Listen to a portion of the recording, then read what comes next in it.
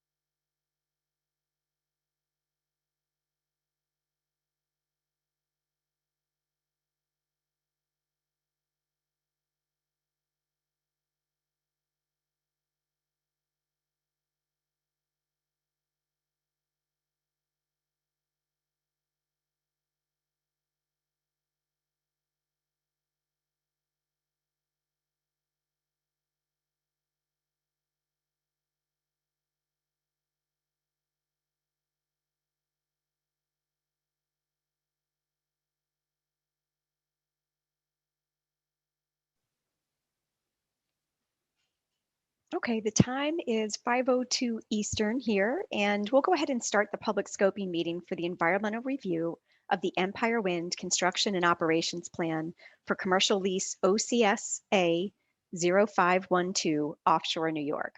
Thank you, everyone, for participating this evening. My name's Pam Chanel, and I'll serve as the facilitator for today's meeting. I'm with ICF, and that's the third party independent contractor supporting the Bureau of Ocean Energy Management, or BOEM. I do want to note that tonight's meeting is being recorded, so if you don't wish to be part of the recorded meeting, please disconnect from the call. And the recording of this meeting will be posted on the project website a few days after the meeting concludes. Let's go ahead and take a minute to review the agenda for tonight's meeting. We'll begin with a series of opening remarks and presentations, and that series of presentations should take about an hour. Jim Bennett, the program manager for BOEM's Renewable Energy Program, will provide a few opening remarks. Next, I'm sure many of us have become familiar with Zoom over the last year, but we'll review a few tips for the Zoom platform that we're using tonight, and I'll point out some of the key features that we're using today. Then we'll move into a few presentations. The first is by Laura McLean with the New York Department of State. And then following Laura's presentation, Brandy Sanganet, the BOEM NEPA team lead for this project, will provide an overview of the environmental review process. Laura Morales with Empire Wind will provide an overview of the proposed project. And that'll be followed by a brief background and a history of the offshore energy leasing process, which will be given by Luke Feinberg of BOEM. At that point, we'll take a quick break to let folks stretch before we reconvene for public comments. And then following the formal public comments, we'll take another quick break and conclude with a question and answer session. So as you can see, we have a full agenda for today. Let's get started. I'd like to first introduce Jim Bennett, the Chief of the Office of Renewable Energy Programs within BOEM, for a few introductory remarks. Jim? Thank you, Pam. Good afternoon, everyone. Thank you for joining us. Again, my name is Jim Bennett, and I'm the Program Manager for the Office of Renewable Energy Programs here at the Bureau of Ocean Energy Management, or BOEM. I'd like to welcome you to this, the first of 3 virtual scoping meetings for the Empire Wind Energy Project and the draft environmental impact statement. This virtual environment during COVID has proven to be an effective alternative to in-person meetings. Our BOEM team has realized considerable success, and I'm sure that that will be the case again today. We are here to hear from you about the Empire Wind Energy Project and the environmental analysis to be conducted under the National Environmental Policy Act, or NEPA. For those of you who aren't familiar with BOEM, we're the bureau within the Department of the Interior that oversees the development of our energy and mineral resources on almost 2.5 billion acres of the nation's outer continental shelf, or OCS. The OCS extends from the 3-mile line of state jurisdiction out to the full extent of the Exclusive Economic Zone, or EEZ, approximately 200 miles offshore. We at BOEM are responsible for the expeditious and orderly development of the energy resources of the Outer Continental Shelf, including renewables like wind. It's our job to ensure that this development is done in an environmentally and economically responsible way. Our review and possible approval of the Empire Wind project is considered a major federal action, and as a result, we are preparing an environmental impact statement, or EIS, under the National Environmental Policy Act. This NEPA process helps ensure that all relevant information and analysis is included in decision-making. So this meeting is an opportunity for us to hear your concerns and your information regarding the scope of the environmental analysis. Further, the BOEM team will be available to answer your questions, but this is your time to speak. We consider public input to be a critical component of safe and responsible offshore resource management, and your thoughts on this matter are valuable.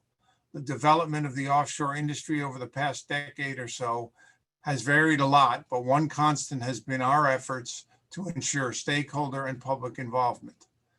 Your participation and feedback today is essential to BOEM's renewable energy program and plays a vital role in our environmental analysis of the proposed project. We look forward to your thoughts about the scope of the draft environmental impact statement. Thank you, and let me turn it back to Pam. Great. Jim, thank you for your remarks.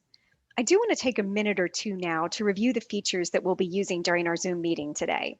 At any time during the meeting, if you need assistance with the Zoom platform, you can use that chat feature located at the bottom of your screen to message the meeting host, or you can send an email to empirewind@icf.com. We appreciate you participating in this online public scoping meeting. We'd all much rather be with you in person, but with the current conditions, we want to provide all the information that we can while protecting everyone's health. We'll work to conduct this meeting in a manner that closely resembles that of an in-person meeting. So please make note of the phone number for this meeting. The phone number is 1-888-788-0099. The meeting ID is 830-7798-1969. And the password is 25188250. If you experience difficulty with your internet connection at any point during the meeting, you can call this number to listen into the meeting. Additionally, individual internet connections and bandwidths will vary, and it might impact your viewing experience. So we recommend closing all apps and programs and limiting other streaming or downloads while you're participating in this meeting. And finally, we're running this meeting using Zoom Webinar, which mutes all participants and restricts video feeds. So when we do get to the public comment and the question and answer portions of today's meeting, the meeting host will unmute you when it's your turn to speak. For any media representatives that have joined the meeting today, please contact Stephen Boutwell at boem.gov. A couple of ground rules I wanted to review. As we've previously stated, we'll be providing several presentations before accepting formal comments, and BOEM will answer any clarifying questions raised during the meeting. When we do get to that formal comment period of today's call, I'll call on the people who requested to make a comment when they registered. All names will be called in the order in which we received your registration. After all of those folks have commented, I'll ask if anyone else would like to make a comment. You would use the raise your hand feature on the Zoom platform. Or if you're calling from a phone, you'll type *9 at that time. I'll call on people to comment in the order in which they raise their hand during the public comment period. During the period, I'll post the names of the next 5 speakers in the chat so you can see when your turn's coming. When I call your name, you'll receive a pop-up box on your screen that'll allow you to unmute yourself so that you can make a comment. And throughout today's meeting, if you think of a question that you'd like to have clarified, please type your question into the question and answer box on the Zoom platform. When we get to the question and answer portion of today's meeting, BOEM staff will answer your clarifying questions. And we'll review all of this again before the comment period and the question and answer session. Please do keep in mind that this meeting is being recorded and transcribed, and therefore I'd ask that there's no inappropriate language. We do have a large number of participants on the call who previously registered to speak, so we'll be asking everyone to keep their comments to no more than 5 minutes. I would note that there are 2 additional virtual public scoping meetings scheduled, and scoping comments can also be submitted through regulations.gov. All comments, whether received orally or in writing, are weighted equally. We appreciate the opportunity to share these project updates and the environmental process with all of you. We do wish we could be together, but we're glad we could come together virtually. Again, the purpose of this virtual public scoping meeting is to share information about the project and to receive your public scoping comments. So now we're going to start with the presentations. Our first presenter is Laura McLean with the New York Department of State. Laura? Hi, thank you, Pam, and thank you very much to BOEM for this opportunity to provide a brief overview of New York's Coastal Consistency Review. I work at Department of State, and I'm a Coastal Energy Review Specialist. Department of State administers the New York State Coastal Management Program. So my goal with this presentation is to provide an overview of what Coastal Consistency Review is and how it applies to this project. Next slide. Thank you. The Coastal Zone Management Act, or CZMA, was passed in 1972 to comprehensively manage the uses and resources of the nation's coastal zone. And this act was created at a time when there was substantial growth in the population and development, and a large proportion of the population lived near the coastline. It also came at a time when the environmental stewardship was coming into focus.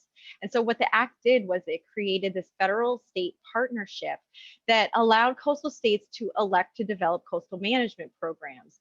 And federal consistency is one component of those coastal management programs, which provides states an important tool to manage its coastal uses and resources and facilitate coordination with federal agencies.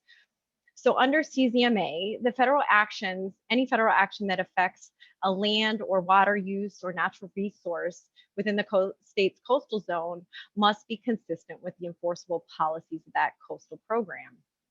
So next slide, please. So the core idea here is reverse federalism. It's where if a federal permit or authorization is required that affects a coastal program's uses or resources, it must be found consistent with that coastal management program. And there are 4 types of federal actions subject to CZMA review. For the Empire Wind Project, New York will have 2 types of federal reviews. Well, excuse me, coastal consistency reviews. One associated with federal permitting, the Corps of Engineers application, and the other associated with the construction and operations plan, which is a type of outer continental shelf plan. And New York uses its federal consistency review as one mechanism to implement its coastal management plan. Next slide, please.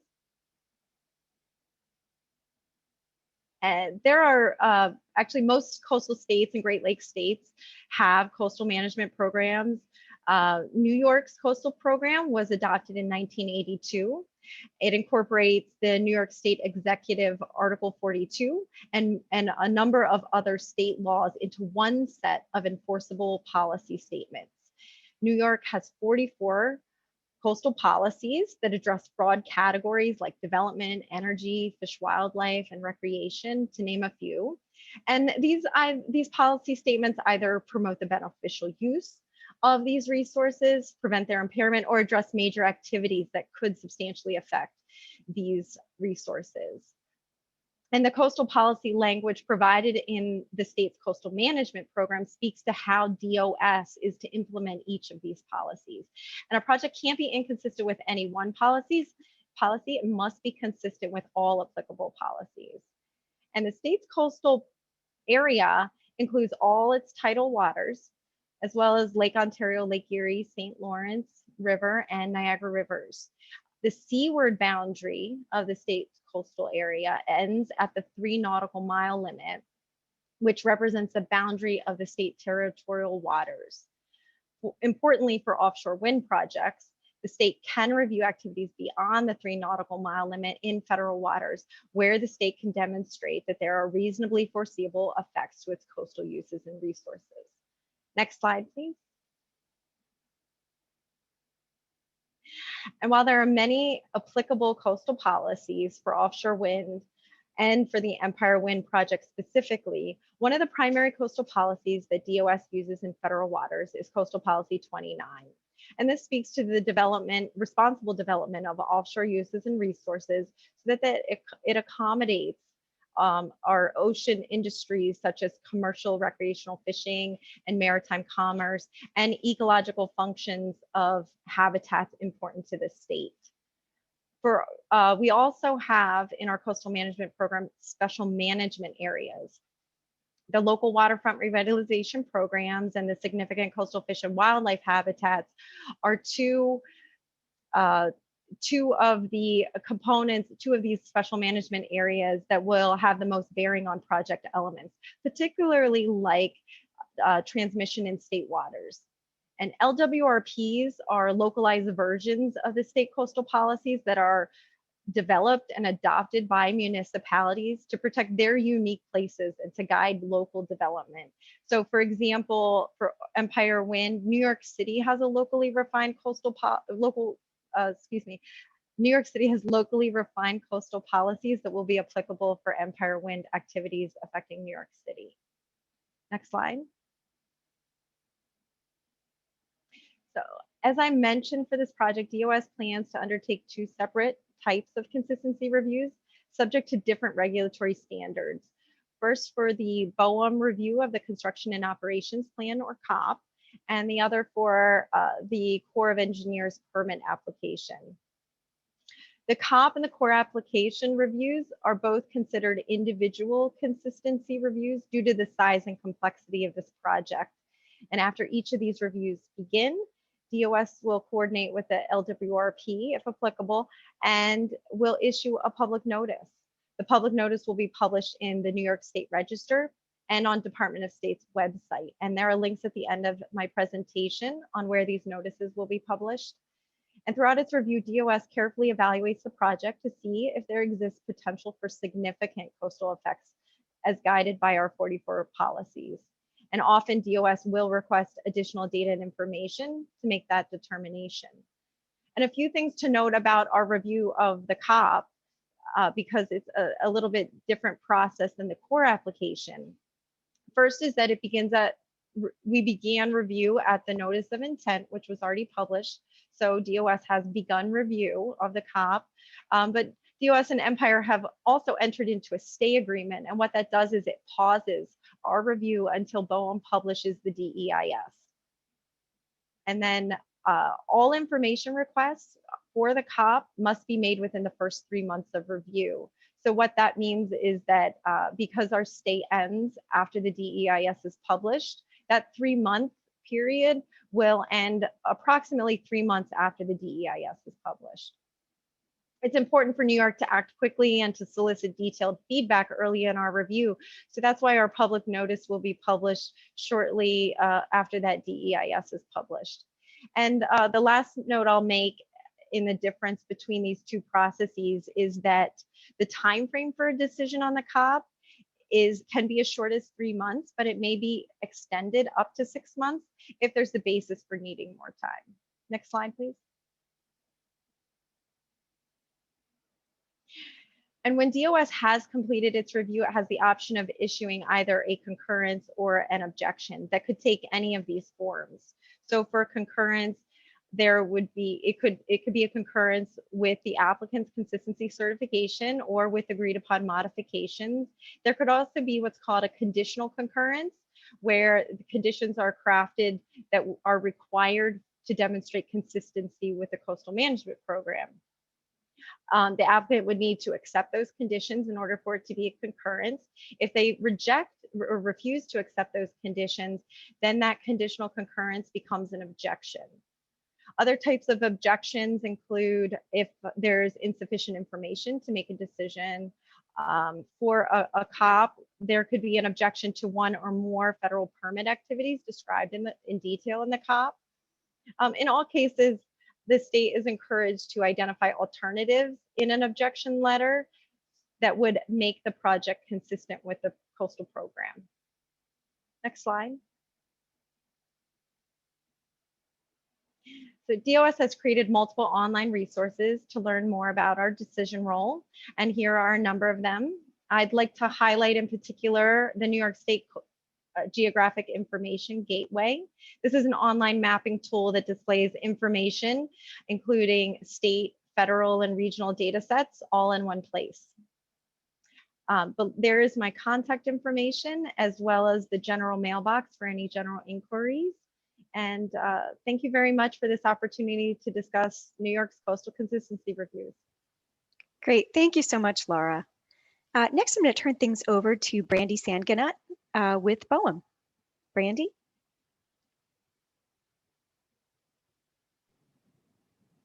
Hi there, just gotta find my mute button and start my video. Hello, everybody. Thanks for joining us this evening. My name is Brandy Sanganut, and I'm the BOEM Environmental Coordinator for the Empire Wind Construction and Operations Plan Environmental Impact Statement. Today, I will be talking about the National Environmental Policy Act process, BOEM's approach to the analysis of the Construction and Operations Plan, and how you can provide input to the process. Next slide, please. BOEM uses a multi-phased approach to grant access to ocean areas that may be suitable for wind development. The figure provided describes the phases and the amount of time each step generally takes to lease, review, approve, and construct an offshore wind facility on the outer continental shelf. The process begins with the identification of potential areas for wind development, indicated by everything before the blue ribbon. This process will be discussed further by Luke Feinberg later in this presentation. Following the completion of the leasing phase, surveys are done to determine if the leased area is suitable for wind farm construction and to identify what physical, cultural, and natural resources are present within the lease area. These surveys serve as the backbone of knowledge and aid in the development of the Construction and Operations Plan. The Construction and Operations Plan is a project proposal, not a decision document. Next slide, please. I'm sorry, go back. I have a little bit more to talk about. Following completion of the surveys and submission of the Construction and Operations Plan, BOEM conducts a review of the plan and decides if it's sufficient to begin the NEPA process. This stage of the process is where we are today, and it's identified in orange in this diagram. We also have a blue NEPA review marker pointing at the orange in the diagram. Next slide, please. Empire Wind submitted their initial construction and operations plan on January 10th, 2020, with the most recent version of their proposal received on June 14th through the 17th. We've got several updates, 2021. The construction and operations plan is the focus of the environmental review. At the conclusion of the environmental impact statement, a decision will be made to approve, disapprove, or approve with modification the construction and operations plan proposal through the issuance of a record of decision. For a copy of the Empire Wind Construction and Operations Plan, please see the website listed here, www.boem.gov/empirewind. Don't forget the dash. Next slide, please.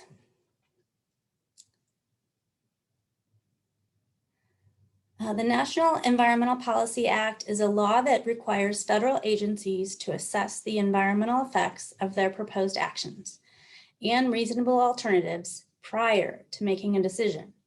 As mentioned in the previous slide, the Construction and Operations Plan proposal is the focus of this environmental review. The environmental impact statement will include both onshore and offshore components. Listed in this slide are BOEM's actions where the National Environmental Policy Act is applied during the decision-making process. They are as follows. At lease issuance, that includes survey work, for plan approvals, site assessment plans, construction operation plans, or general activity plans, and prior to decommissioning activities. Next slide, please. The environmental review is a multi-step process that provides opportunities for public input. In the diagram provided, you will note the environmental impact statement process is anticipated to take approximately 24 months from start to finish. The National Environmental Policy Act process began at the issuance of the Notice of Intent on June 24th. June 24th is also the date that begins your first opportunity to provide input on the construction and operations plan proposal. The 30-day public scoping period began on the day the Notice of Intent was published in the Federal Register and will conclude on July 26th, 2021.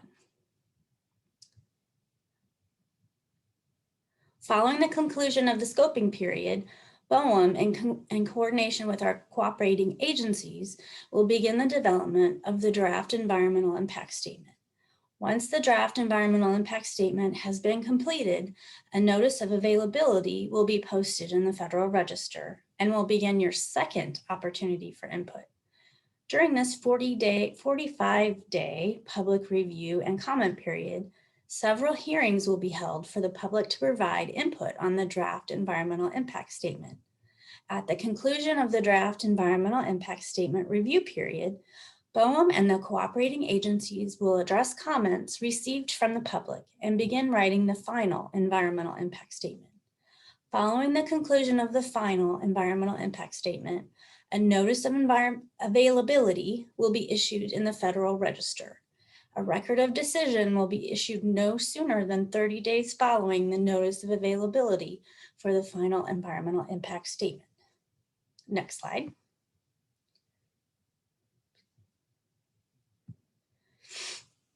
The notice of intent can be found at the following website.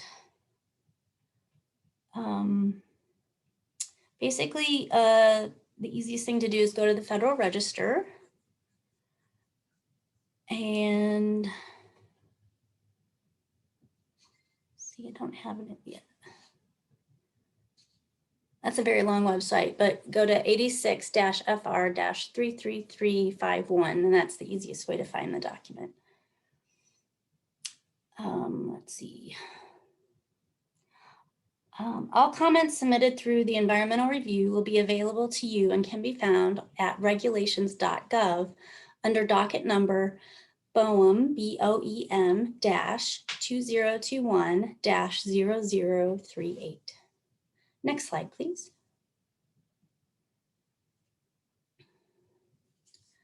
The scoping period is your first opportunity to provide input and is an important stage of the National Environmental Policy Act process.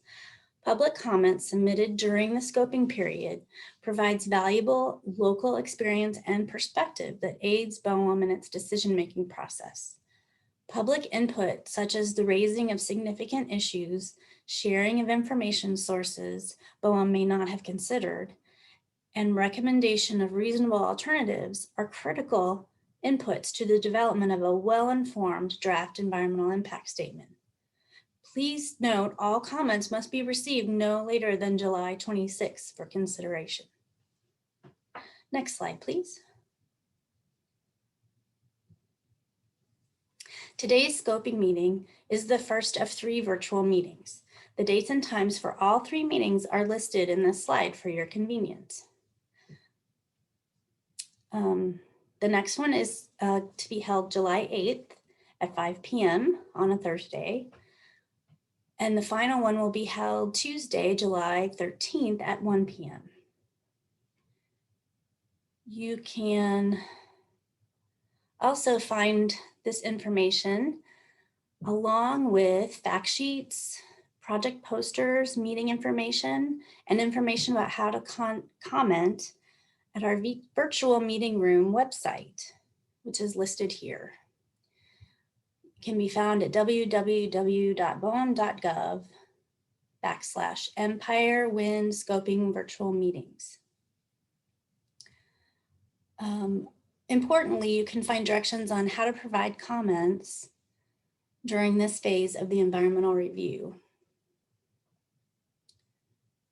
All of our meetings are being recorded and will be available to the public. The information provided in this meeting is the same for each public scoping meeting for this environmental review. Next slide, please. How to comment. There are 3 ways you can provide input during the scoping period. You can raise your hand during this Zoom meeting. You can provide comments in writing, to send them to our program manager at the address listed here. You may also submit your comments at regulations.gov. When you go to the website, you can enter the docket number, which is BOEM-2021-0038. Click search and then click on the comment button on the left side of the screen. Next slide, please.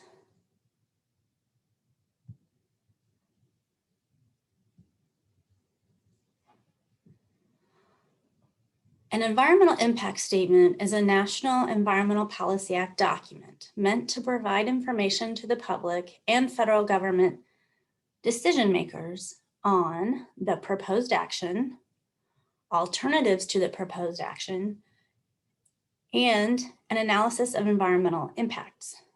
Impacts identified during the environmental review may be either beneficial or adverse. For example, the route the transmission line could take to reach a substation from the wind farm, or how much distance between each wind turbine could be alternatives to the proposed action.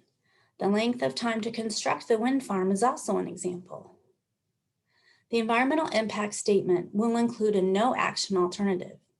Selection of the no action alternative would result in disapproval of the construction and operations plan submitted by Empire Wind. If this alternative is selected, it does not mean that the wind farm would never be constructed in this lease area. It would mean that the construction and operations plan proposal BOEM is considering would not be approved.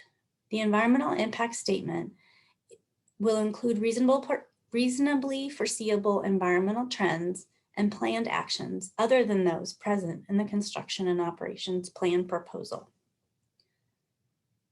Next slide, please.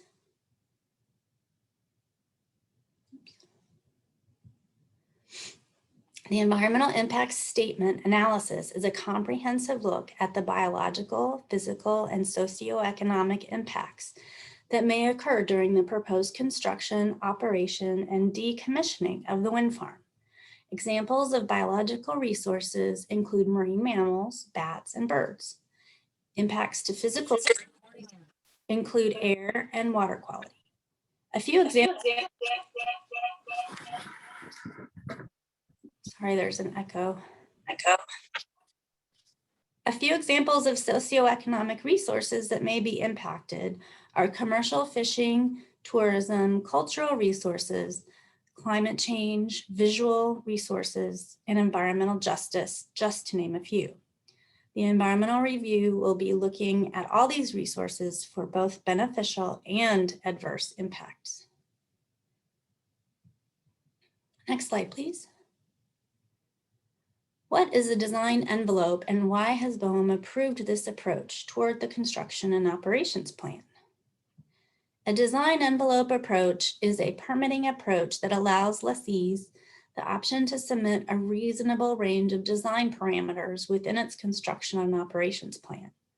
Under these conditions, BOEM's environmental review would apply the upper limit of each design parameter to ensure the resources are being analyzed for the greatest potential impact. This allows BOEM to continue the environmental review process without having to pause and restart as the project is refined to the final design. A change to a project design parameter could be a change in wind turbine height. In this example, BOEM would analyze the impacts on each resource that would occur using the maximum potential height of the wind turbines to be installed. If Empire Wind chooses to construct wind turbines below that maximum height, the impacts would be less than those analyzed in those proposed in the construction and operations environmental impact statement. An important note, revisions outside the design envelope would require additional review and consultation. Next slide, please.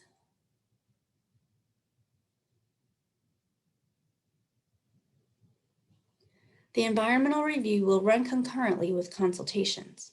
The consultations conducted under this environmental impact statement include Section 106, National Historic Preservation Act, Coastal Zone Management Act, the Endangered Species Act, Marine Mammal Protection Act, and the Magnuson-Stevenson Fishery Conservation and Management Act. Next slide, please. BOEM is implementing NEPA substitution for Section 106 review, mainly due to lessons learned from the earliest construction and operations plan consultations and reflections of stakeholder needs. This process provides a streamlined approach that better integrates National Historic Preservation Act and National Environmental Policy Act reviews, both thematically and in terms of schedule. It also provides lessees clear expectations of environmental review timelines and costs associated with mitigations. Using this process will provide consulting parties and stakeholders earlier and more direct input into the selection of alternatives and mitigation measures. The National Environmental Policy Act substitution approach will also help BOEM to engage with tribes more effectively and facilitate an increased focus on government-to-government consultation. Next slide, please.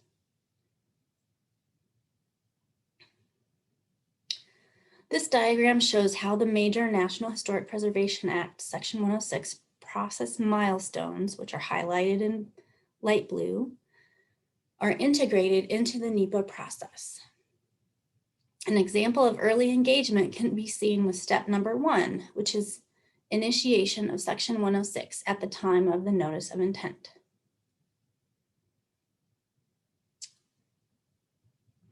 Next slide, please.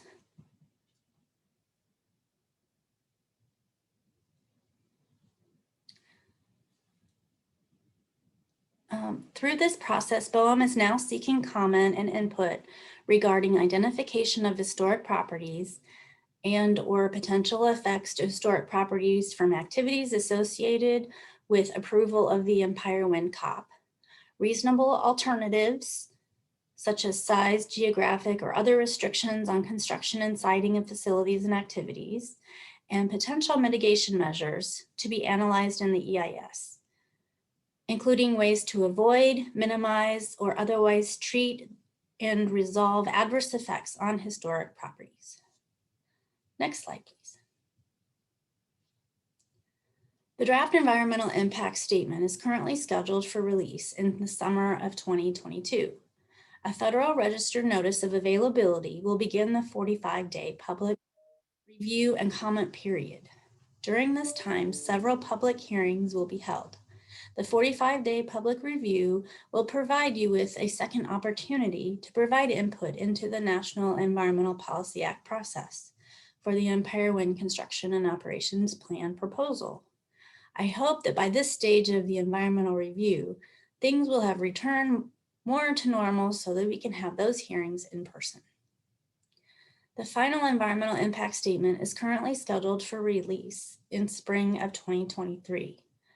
A Federal Register notice of availability for the environmental impact statement will be released at that time. In the summer of 2023, BOEM anticipates concluding all consultations for the Empire Wind EIS and publishing the record of decision. Next slide, please.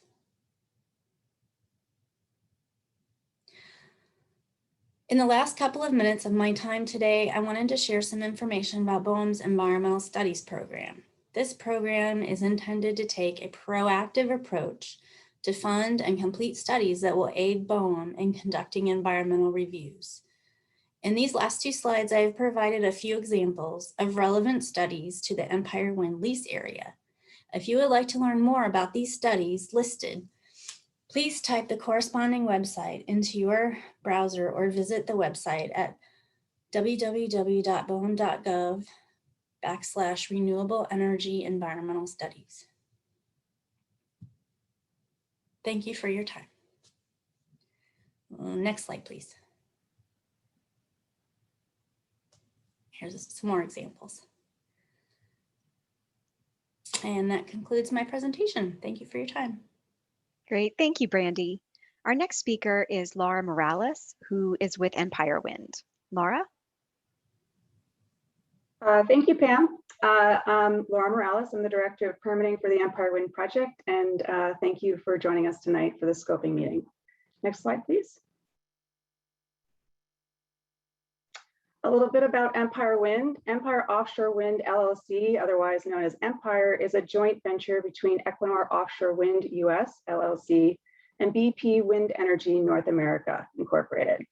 Lease OCSA 0512 is where Empire Wind is situated, and that was awarded by BOEM on April 1st, 2017.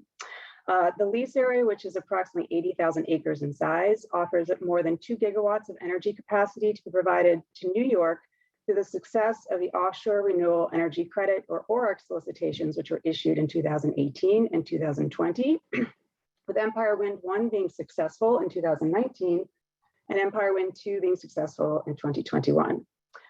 First power is expected to be approximately 2025, and these projects support the New York goals to achieve 9 gigawatts of offshore renewable energy by 2035. Next slide, please. Thank you. So an overview for Empire Wind project. It's located approximately 14 miles off the coast of Long Beach, New York, as well as approximately 19.5 miles off of Long Branch, New Jersey. The construction operations plan contains a full build out of the lease area, consisting of both Empire Wind 1 and Empire Wind 2. Empire Wind 1, as stated, was the success of the New York RFP award in July of 2019, which is an 816 megawatt project.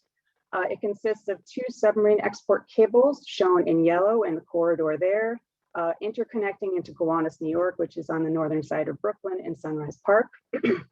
Empire Wind 2 was awarded in January 2021, and that's a 1260 megawatt project consisting of 3 submarine export cables within that purple submarine export cable corridor, with an interconnection in Oceanside, New York, located off of in Long Island.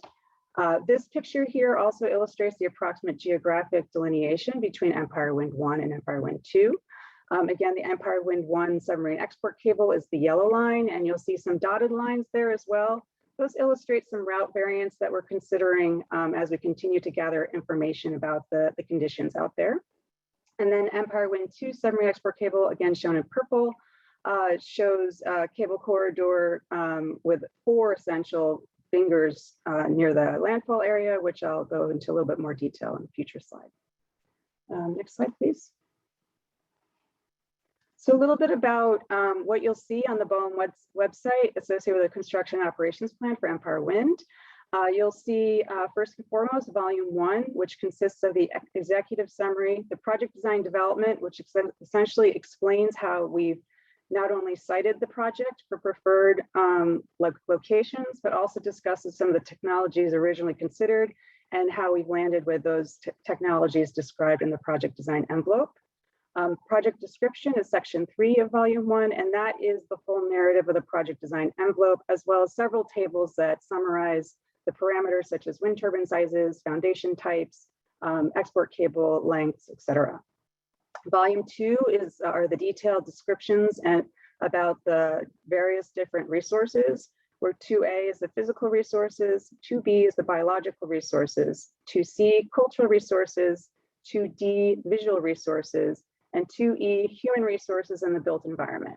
And so these are the narratives and chapters that describe the existing conditions, describe the maximum design scenario for each one of those resource types, and describe the potential impacts associated with those, with the project, and potential avoidance, minimization, and mitigation measures that we commit to.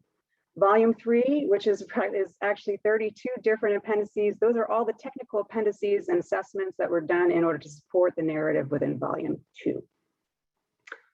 Next slide, please.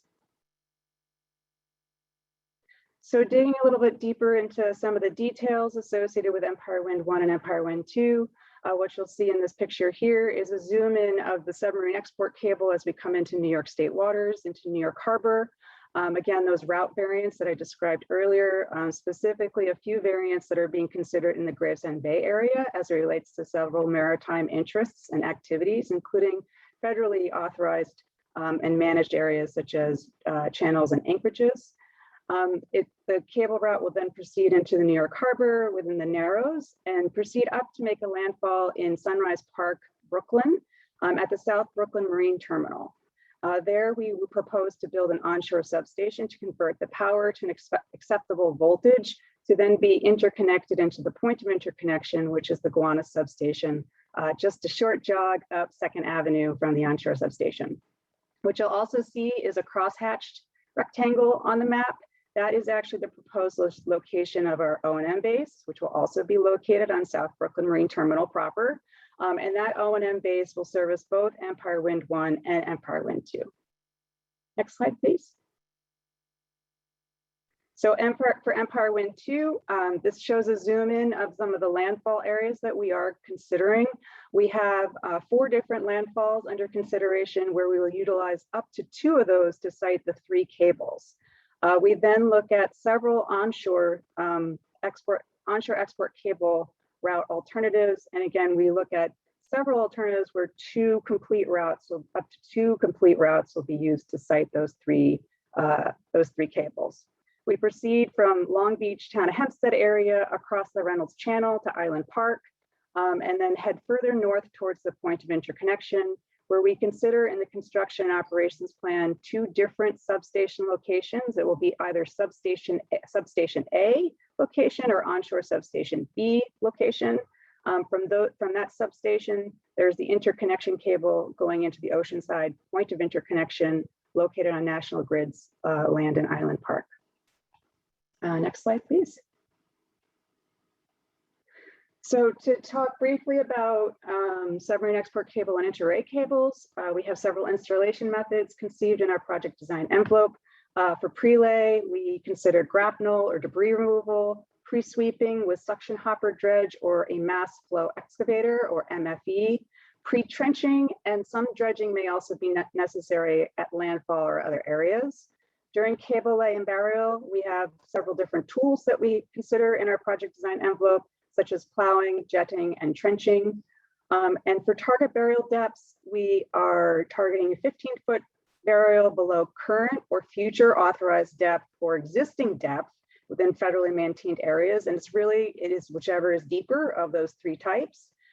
Outside of the federally managed areas, we will be targeting the burial to 6 feet for the submarine export cable and all the inter-array cables.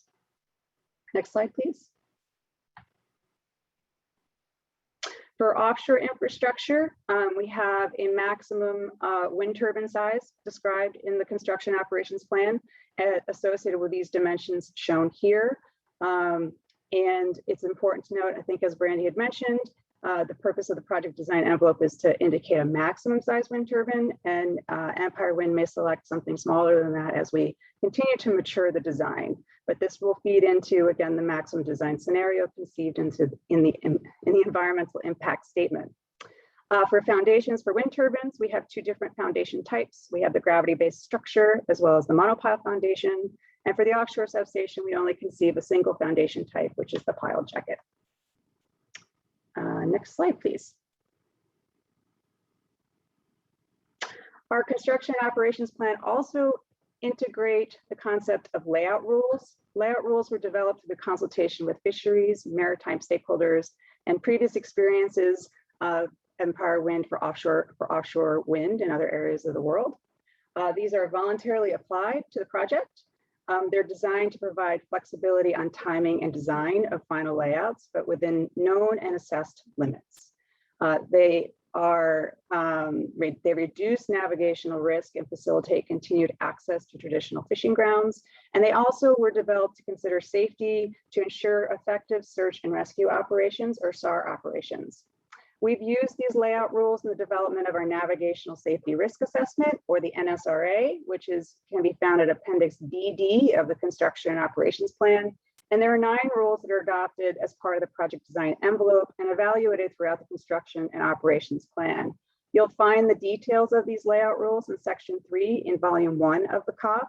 And this picture here is really just illustrating a subset of those rules that describe regular layout, predictable lines of orientation, and consideration around the predominant fishing activities in the area, which for Empire Wind follows the bathymetric contours to allow for clam dredging. Next slide, please. And then with those layout rules, we conceive a layout that we then carry through the analyses in the construction operations plan. The layout in the COP has a wind farm development area that maintains a 1 nautical mile setback from the TSS traffic lanes, or traffic separation scheme traffic lanes. We are juxtaposed between 2 major shipping channels going in and out of New York Harbor. The wind farm development area is actually the area by which you would see structures installed above the seabed floor. And so no wind turbines will be installed any closer than 1 nautical mile from that TSS. The wind farm layout considers up to 174 wind turbine foundation locations for both EW1 and EW2, 2 offshore substation foundation locations, 1 offshore substation for EW1 or Empire Wind 1, and 1 offshore substation for Empire Wind 2. And again, it's a layout that's conceived that is consistent with the layout rules that you'll see in section 3. Next slide, please. We also will implement marking and lighting for wind turbines and offshore substations in accordance with FAA, BOEM, and Coast Guard guidelines and requirements for aviation and navigation obstruction lighting. So there's a section within section 3 that describes these in a bit more detail, following these guidelines outlined here, noting BOEM's guidelines were most recently finalized in April of 2021. Next slide, please.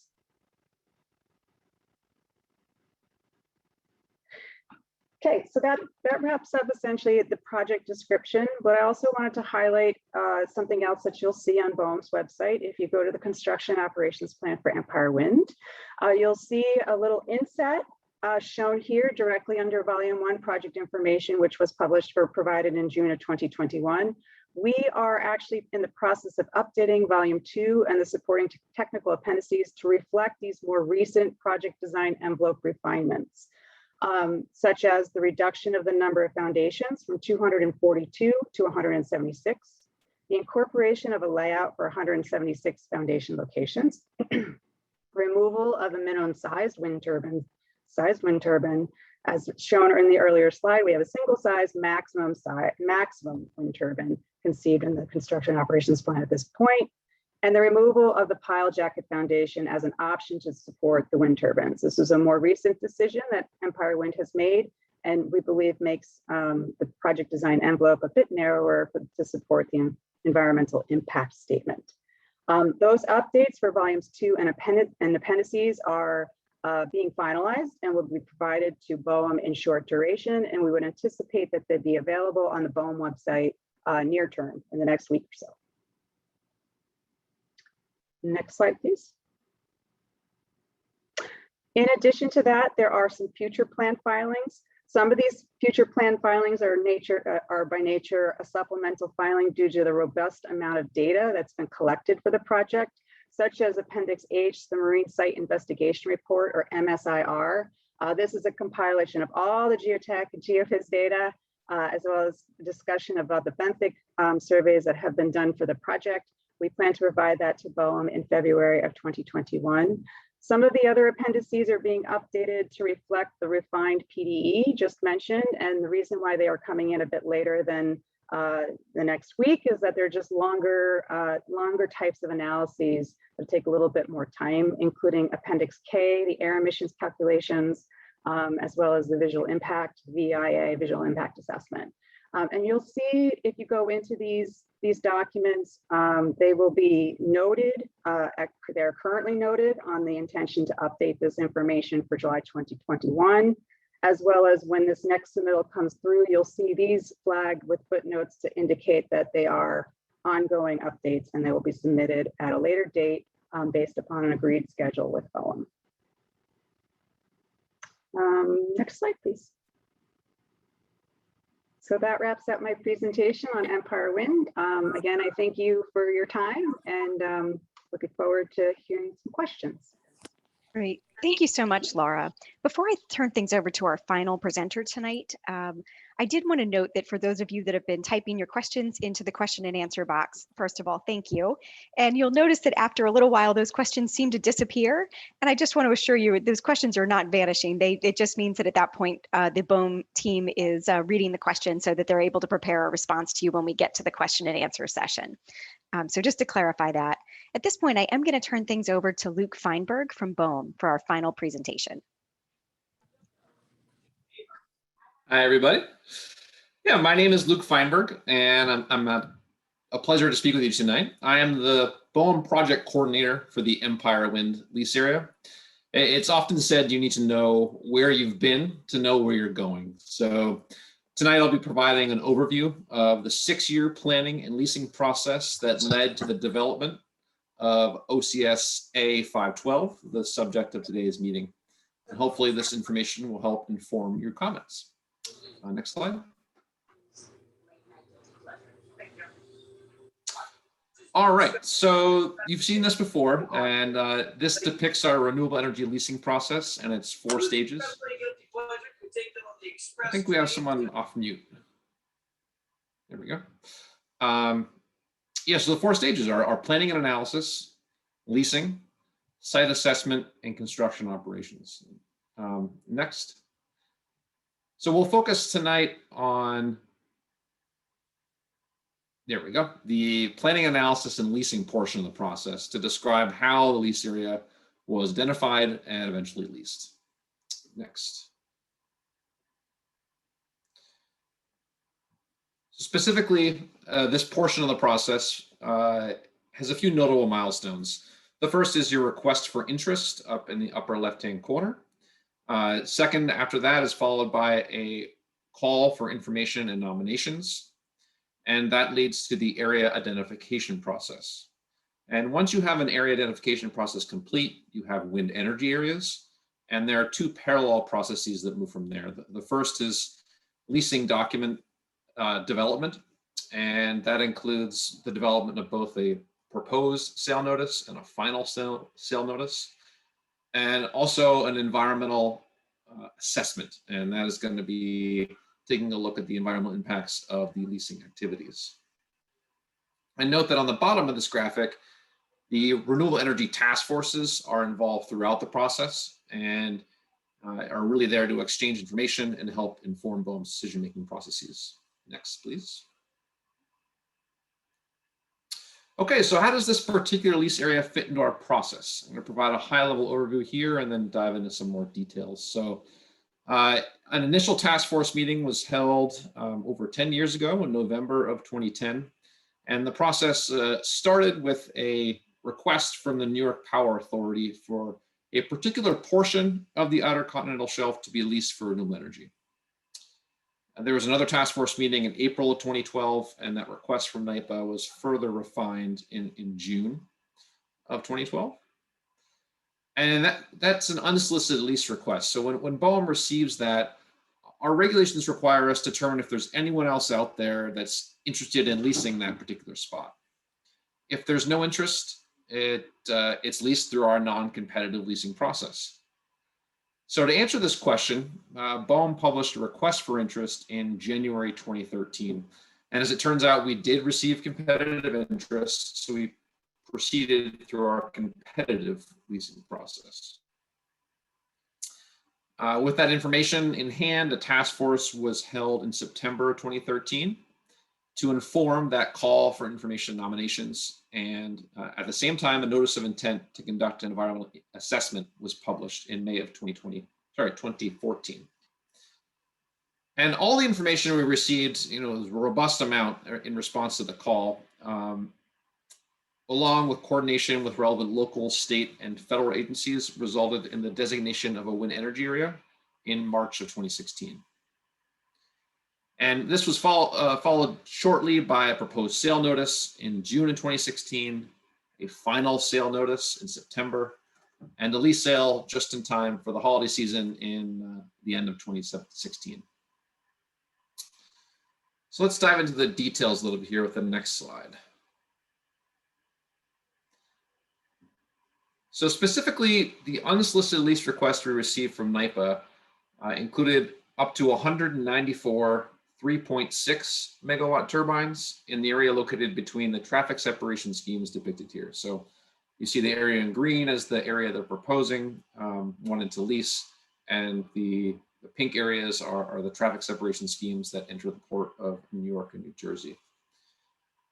And the request for interest published in January 2013 not only identified competitive interests, but also highlighted some really key issues for this area.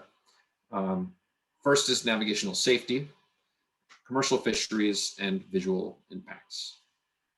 Next.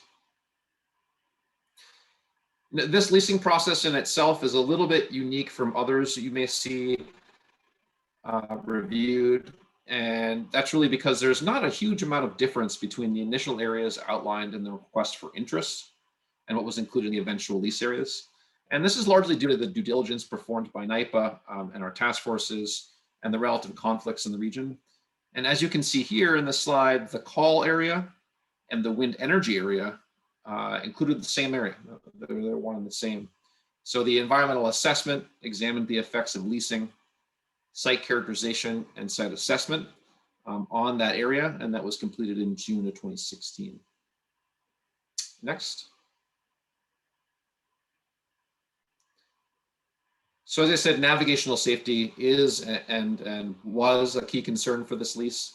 And so to inform our decision-making process, BOEM conducted robust analysis of that activity, and that included several products, one of which is displayed here, which accounts for the number of vessels that go through a particular box in the ocean or aliquot over a given year. So you can see areas in red are areas where there's more boats per year, versus areas or the cooler colors in blue or less.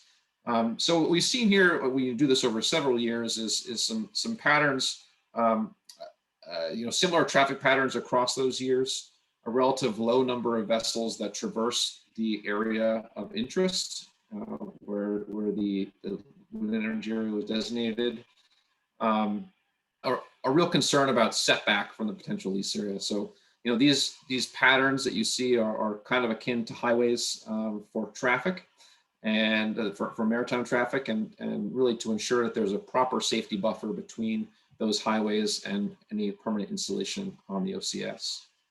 Next slide. Another key point here was the use of the wind energy area as a fishery, and that was identified as a priority in BOEM's deconflicting process. In particular, it was noted that communications between a future lessee and the commercial fisheries industry was a critical step towards potential coexistence between both industries. Next slide. All right, so getting into the actual leasing documents itself, I like the name proposed sale notice because it describes very much what it's doing. It's proposing a sale, and the document itself includes the lease area that's proposed, the auction process, and the associated financial terms. And in this case, BOEM proposed the area that was identified as a wind energy area at just over 81,000 acres, and that was for an ascending bid format auction. Now, when the proposed sale notice closes, you get lots of information. So in response to that, and one of the things next that was brought to our attention was this area called Cholera Bank. And next slide. When we published the final sale notice in October of 2016, those 5 aliquots, if you can see how they were removed at the tip of the pizza slice, if you will, closest to New York and New Jersey Harbor, were removed in response to comments received from the National Fisheries Service, and that reduced the acreage a little bit to 79,350 acres, which is the eventual lease area. The final sale notice included notes to potential bidders that future mitigation measures may be applied to development in the lease area as it relates to maritime navigation, fisheries, and visual impacts. And so as you saw from Laura's presentation with Equinor, we do have that 1 nautical mile setback from the transit lanes, and that was specified in the FSN. And this was also the first commercial lease in which we required a fisheries communications plan and fisheries liaison as part of the lease. And additionally, as part of the final sale notice, BOEM actually altered its auction format to a multiple factor bidding and offered a 10% discount or 10% credit for entities that qualified as a government authority. So this was all setting up for a very interesting sale. So the next slide here. The auction was held in December of 2016. There we go. And this was the highest grossing and longest auction to date. It started out with 6 participants. Next slide. It lasted 33 rounds over 2 days and resulted in a high bid of over $42 million. And that was by far and away the highest bonus bid we'd received to date, which has since been passed and more than doubled. But at the time, Statoil, which is now Equinor, submitted that highest bid and became the provisional winner. Next slide. So you've seen this before, Brandy showed you, but just to make sure we're very clear, Empire Wind submitted their revised construction operations plan in April. And as Laura mentioned, we've updated the PD in June of 2021 and continuing to update the entire document to reflect that the project design envelope, PDE. It's on our website, and BOEM can approve, disapprove, or approve with conditions. And that happens after the environmental impact statement is complete and will be documented by a record of decision. So I very much thank everybody for their time tonight and looking forward to your questions, and I'll pass it back to the facilitators. Great. Thank you so much, Luke. And thank you to all of our presenters tonight. So in just a minute, we'll take a quick break and let folks stretch before we start the formal public comments. As a reminder, please feel free to continue to type any questions that you'd like to have clarified in that Q&A box at the bottom of your screen. And then following the public comments, we'll have time for the BOEM representatives to respond to your questions. As a reminder, we will stop taking new clarifying questions at the close of the public comment portion of today's meeting. I'd also note that any of the questions submitted to that Q&A will not be considered as formal scoping comments for the NEPA process. So if you do wish to make a formal comment, please either plan to speak today during the meeting or to submit your comments through regulations.gov or through the US mail. Okay, at this point, let's go ahead and take a 5-minute break. We will reconvene at 6:15 Eastern, please. Thank you.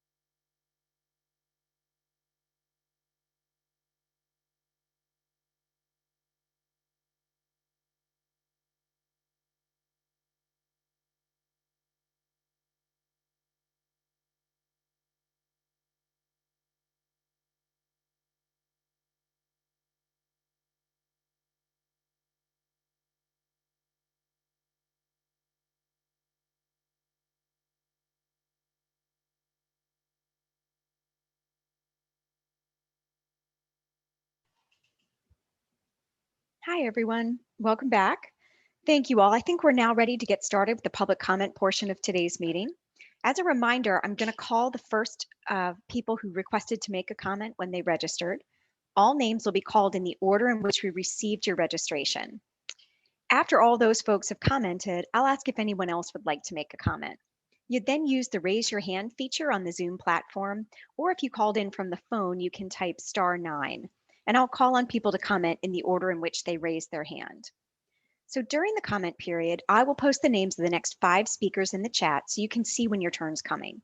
When I call your name, you'll receive a pop-up box on the screen that'll allow you to unmute yourself to make your comment. Now, sometimes that pop-up box gets hidden if you have several other windows open on your computer, so I'd recommend closing any extra open windows now. If you're calling in from a phone, you'll hear a prompt to press *6 to unmute your line. When you do see your name pop up in the chat and when it's been called, please use the raise your hand feature so that we'll know to call on you. Also remember, if you have any clarifying questions, you can still type those in the question and answer box on your Zoom platform. We will stop taking new questions once we're finished with the public comment period. So be sure to submit any questions that you have as soon as you're able. A couple of ground rules for us to follow during the comment period today. First, please limit your comments to no more than 5 minutes. I will post a timer on the screen to help you keep track of time. And at the end of the time, I'll jump in to ask you to quickly wrap up, and so we give others the opportunity to comment as well. And if you're not able to complete your comments in the allotted time, you can still submit them in writing before the end of the public scoping comment period, which ends on July 26, 2021. Second, please be respectful towards everyone who provides comments during today's meeting.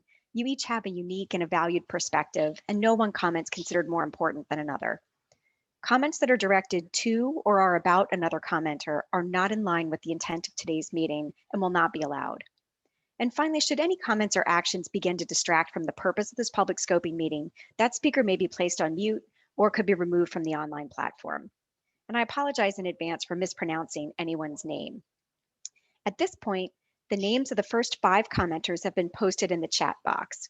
I'm going to read the names of the next 5 speakers, and I'd ask that you please raise your hand using the button at the bottom of your screen or press *9 if you dialed in by phone. And I'll call the names of the people who have their hands raised. You'll receive that pop-up box so you can unmute, and that way you can state your name, affiliation, and make your comment. The first 5 speakers that we have for this evening are Nancy Solomon, Don Bricker, Andrew Zalay, Alex Valesso, and Charles. If I could ask for you all to raise your hand. Okay, our first speaker for the evening will be Nancy Solomon. Nancy, you can come off mute now and make your comment. Okay, well, I have 5 questions. They're simple questions, but I think they're very important. I'm the director of Long Island Traditions. I'm a folklorist and cultural ethnographer. My first question is, will you be considering impacts to the fishing industry as part of the cultural resource surveys required under NEPA? These are usually considered intangible cultural resources, so I wanted to make that clear. My second question is, will there be more meetings with the commercial fishing community? I've attended all of those meetings over the last 10 years, and they've always been fairly poorly attended in New York, mostly because they're this time of year when people are out fishing. My third question is whether the cables that are going to be connecting the wind farm through Long Beach and Oceanside, are those going to be under the bay bottom or above the bay? And if they are under the bay, are you going to examine their potential impact to the shellfish beds and the bay houses? And lastly, I know you have several appendices that are still being prepared. How can we comment on this in terms of the scoping meeting that you're having today when they're not going to be ready until the end of the summer?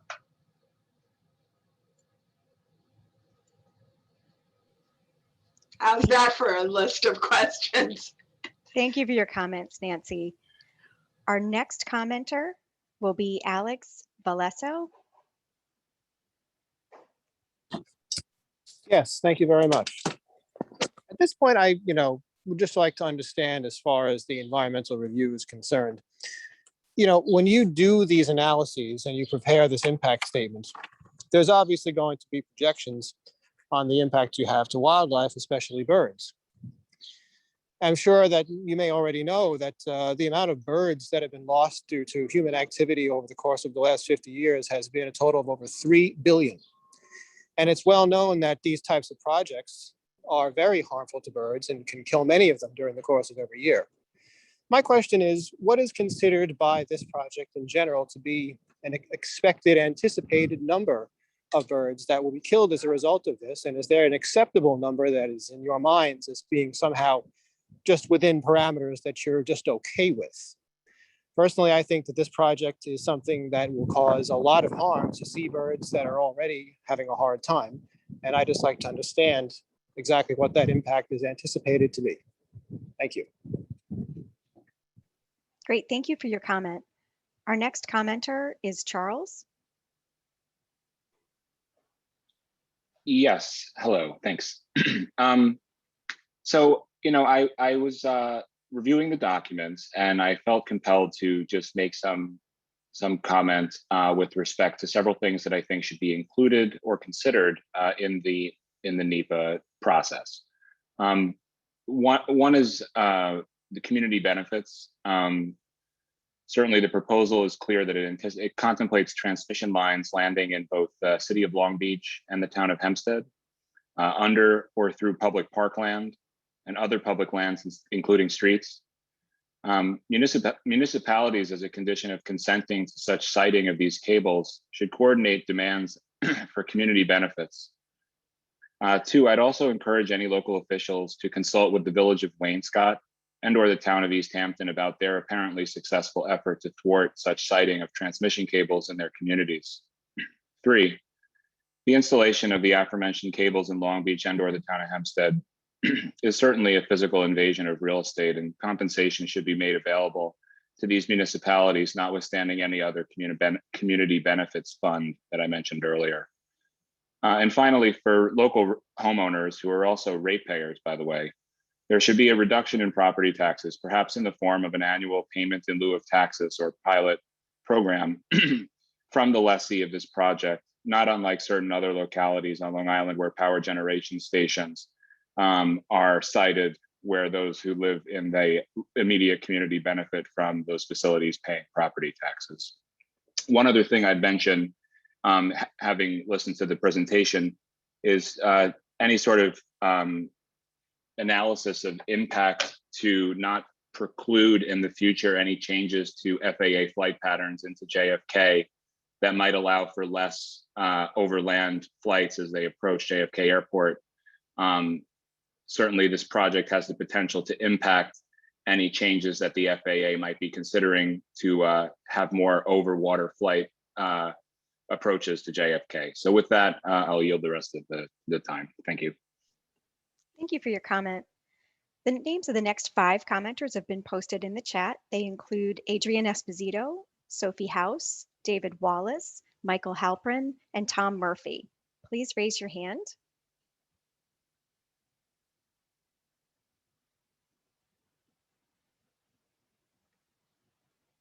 Great, thank you. Adrian, you'll receive a notice to come off mute.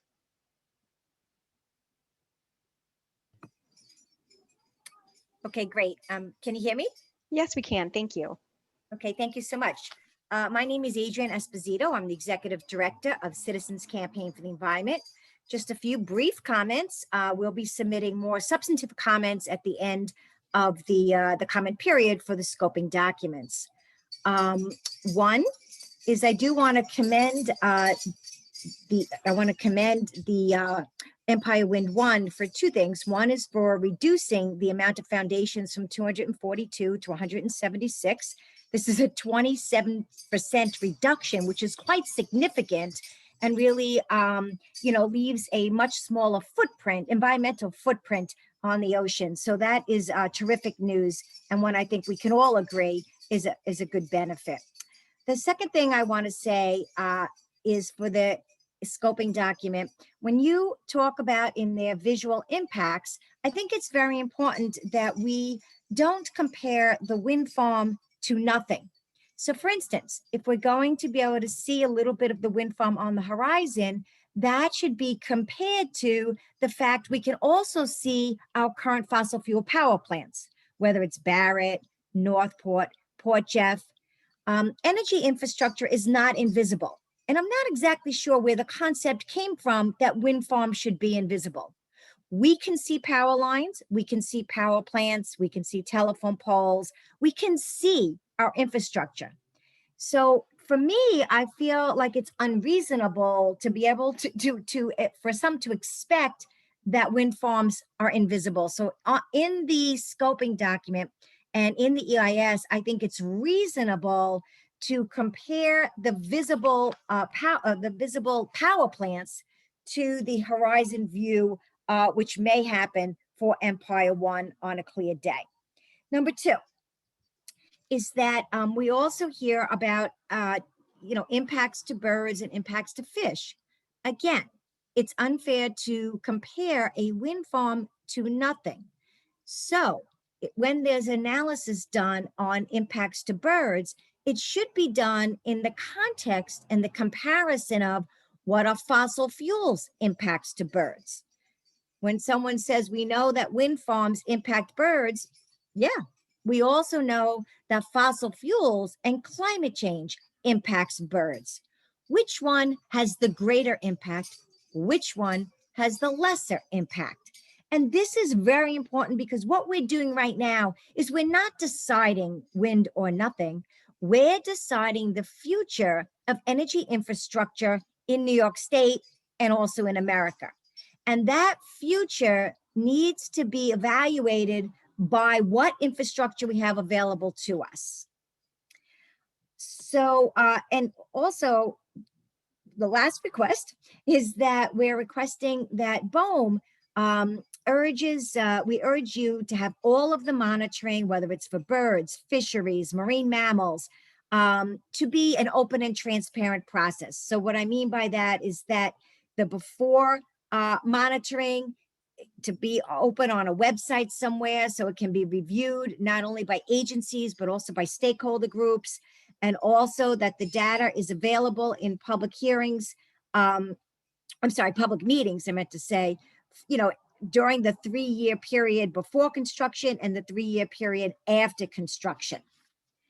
And the last and final thing I'll say is that we are thrilled to hear about the fact that Empire Wind is looking at 2 different foundations. One is the gravity-based one, which is the least impacting foundation of all the choices in the wind industry. We would simply encourage that this document look at using the most gravity-based foundations for as many turbines as possible, given their really minimal impact to our oceans and marine life. So thank you so much for the opportunity to comment, and we look forward to continuing in this process. Great, thank you for your comment. Our next commenter will be Sophie House. Thank you. My name is Sophie House, and I'm a volunteer with the Sierra Club in New York City. In its evaluation of Empire Wind, BOEM has an opportunity to consider the entire effect of the project for New York's communities, including potential positive impacts on air quality, industrial investments in local communities, economic well-being, and environmental justice. And the environmental impact statement should include and assess both benefits for local communities, both economic and environmental.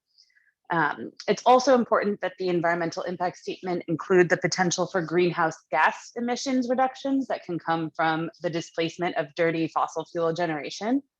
An evaluation of offshore wind must also include the history and legacy of fossil fuel pollution in host communities like Sunset Park, Brooklyn, where the community has many fossil fuel facilities that cause disproportionate pollution and health disparities. Climate change is an urgent issue, as we've seen recently with heat waves in the Pacific Northwest and the continued devastation of wildfires in the West. As others have mentioned this evening, the benefits of clean energy development shouldn't be compared to a hypothetical blank slate, but to the status quo of a continued dependence on fossil fuel power. As climate change worsens, we need to ensure a reliable, up-to-date electric grid, and BOEM should make sure that we assess the contributions of Empire Wind to serving peak and baseload demand on New York's grid. Empire Wind presents an opportunity to demonstrate how offshore wind can scale near very densely populated areas, proving a key clean energy technology can work in these places where available land is scarce. And we need this project urgently. We need it to be done right and as part of a community vision of green industrial development like the one proposed and elaborated by Uprose and Sunset Park. We know that these projects are critical to our future and that they can be done in a way that benefits human beings, the ecosystem, and our whole planet. BOEM should ensure that the broad spectrum benefits of Empire Wind are captured in its environmental impact statement. Thanks for your time. Thank you for your comment. I just want to make a reminder to folks that if you do have questions, please feel free to type those into the Q&A box that you see at the bottom of your screen as we go through the comments here. We'll continue with our public comments. Our next commenter is David Wallace. Thank you. My name is David Wallace. I am with the Surfclam and Ocean Coag fishery, which operates in the Atlantic Ocean, in the New York Bight Atlantic Ocean, and has been for 75 or 100 years.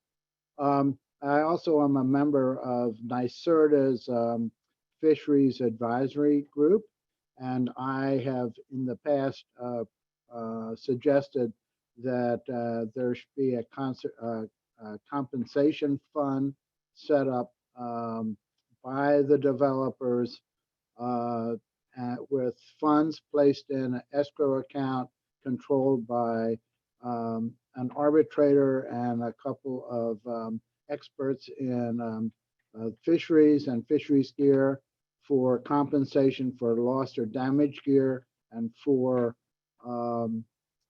the loss of fishing grounds within the wind farm.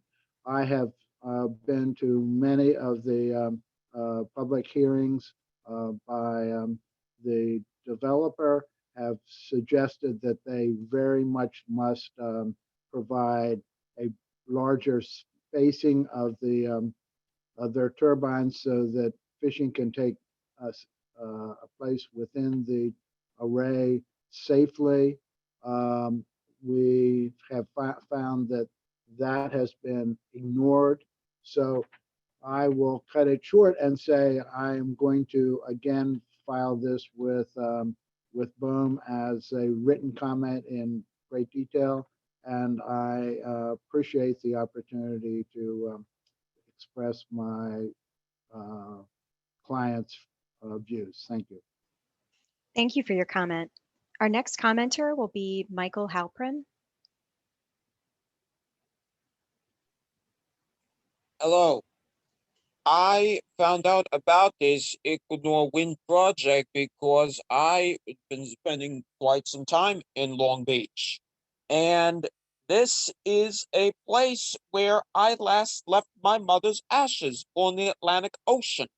And it is very disturbing to me to see that something like this is going to be built in the very place where I and many other people leave their remains, because Long Beach has a section of the boardwalk where about 725 people have been memorialized and many others leave their remains behind. It really does disturb me in my soul to see this in many ways come to the point where I would be seeing a wind farm on this place where I can commemorate my mother, bless her soul. I am also an artist, and I sold a lot of drawings very well about the ocean view, and I lived for some time on the 6th floor of a full ocean view suite. And I'm very concerned about this wind farm being within the sight of something where I would be spending $500,000 to look at. Thirdly, and lastly, I was not so certain about this wind farm of the ecological impact and potential ecological disaster that this could have, because clean energy is very important. But I also see that 174 wind turbines and the space that it takes can really outweigh the benefits. Plus, this is an area around Fort Rockaway, so that is a very special place like nowhere else in the world. Where you look out from there, you have the world's longest stretch of Atlantic Ocean, the world's longest stretch of ocean, over 17,000 miles, with no island in sight. And I really want to preserve that view of eternity as like nowhere else in the world for generations to come. Thank you. Thank you for your comment. The next 5 commenters are Captain Paul Eidman, Summer Sandoval, Ben Orlov, Michael Johnson, and Chloe Holden. If you could please raise your hands.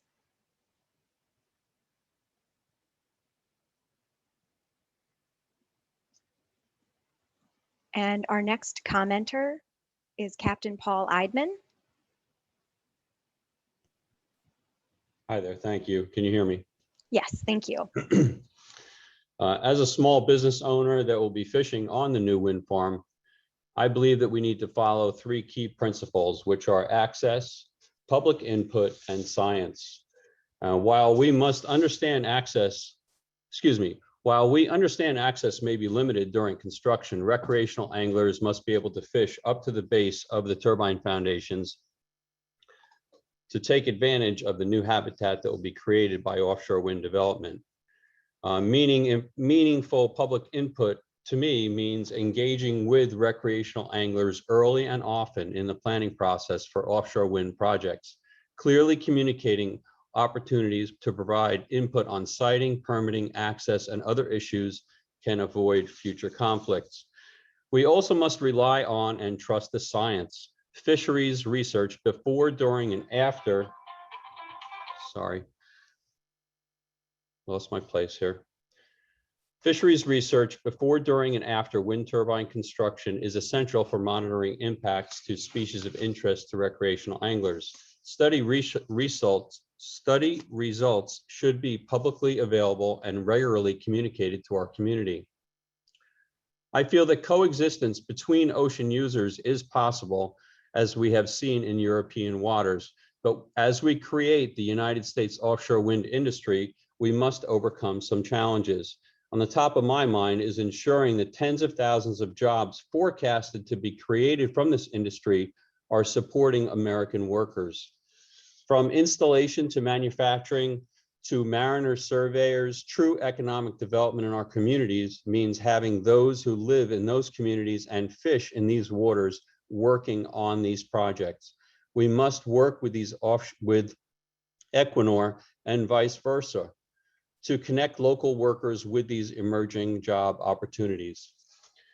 Decreasing our dependence on fossil fuels leads to cleaner, healthier waters, which benefits everyone.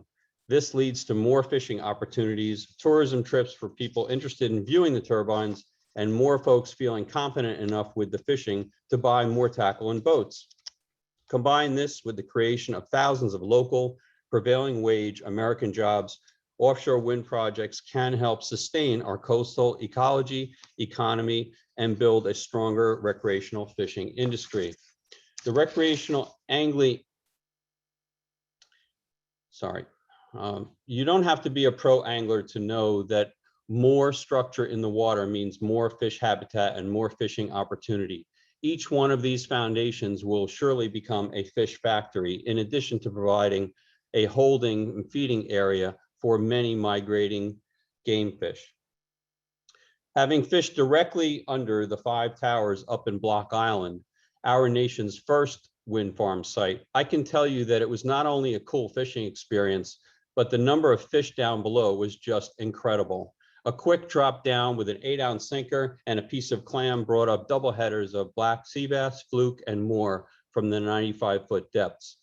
These towers up there have only been in the water since 2016, and divers note that it was barely a few months before mussels and underwater growth began to form on the bases, and each of them became a vibrant ecosystem.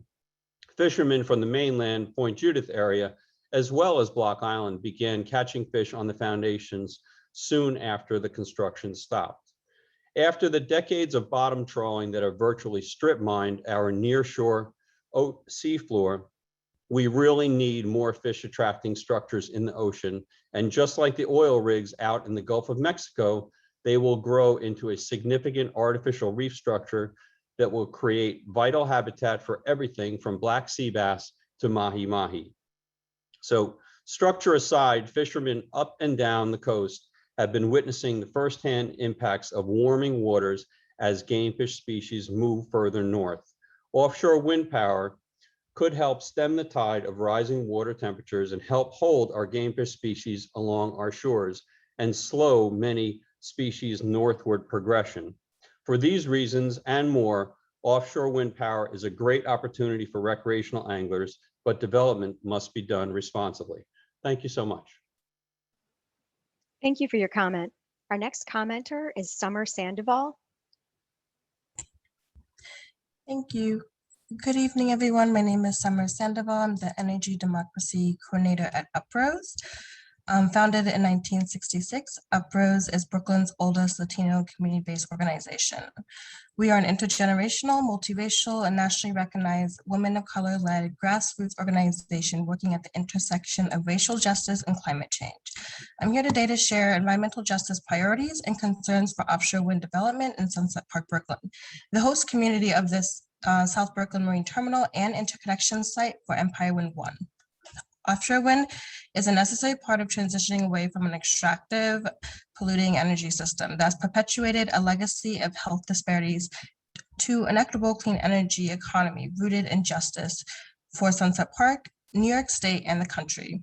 Investments in offshore wind is an opportunity to model how to center frontline community leadership in clean energy development to meet local, state, and federal climate mandates.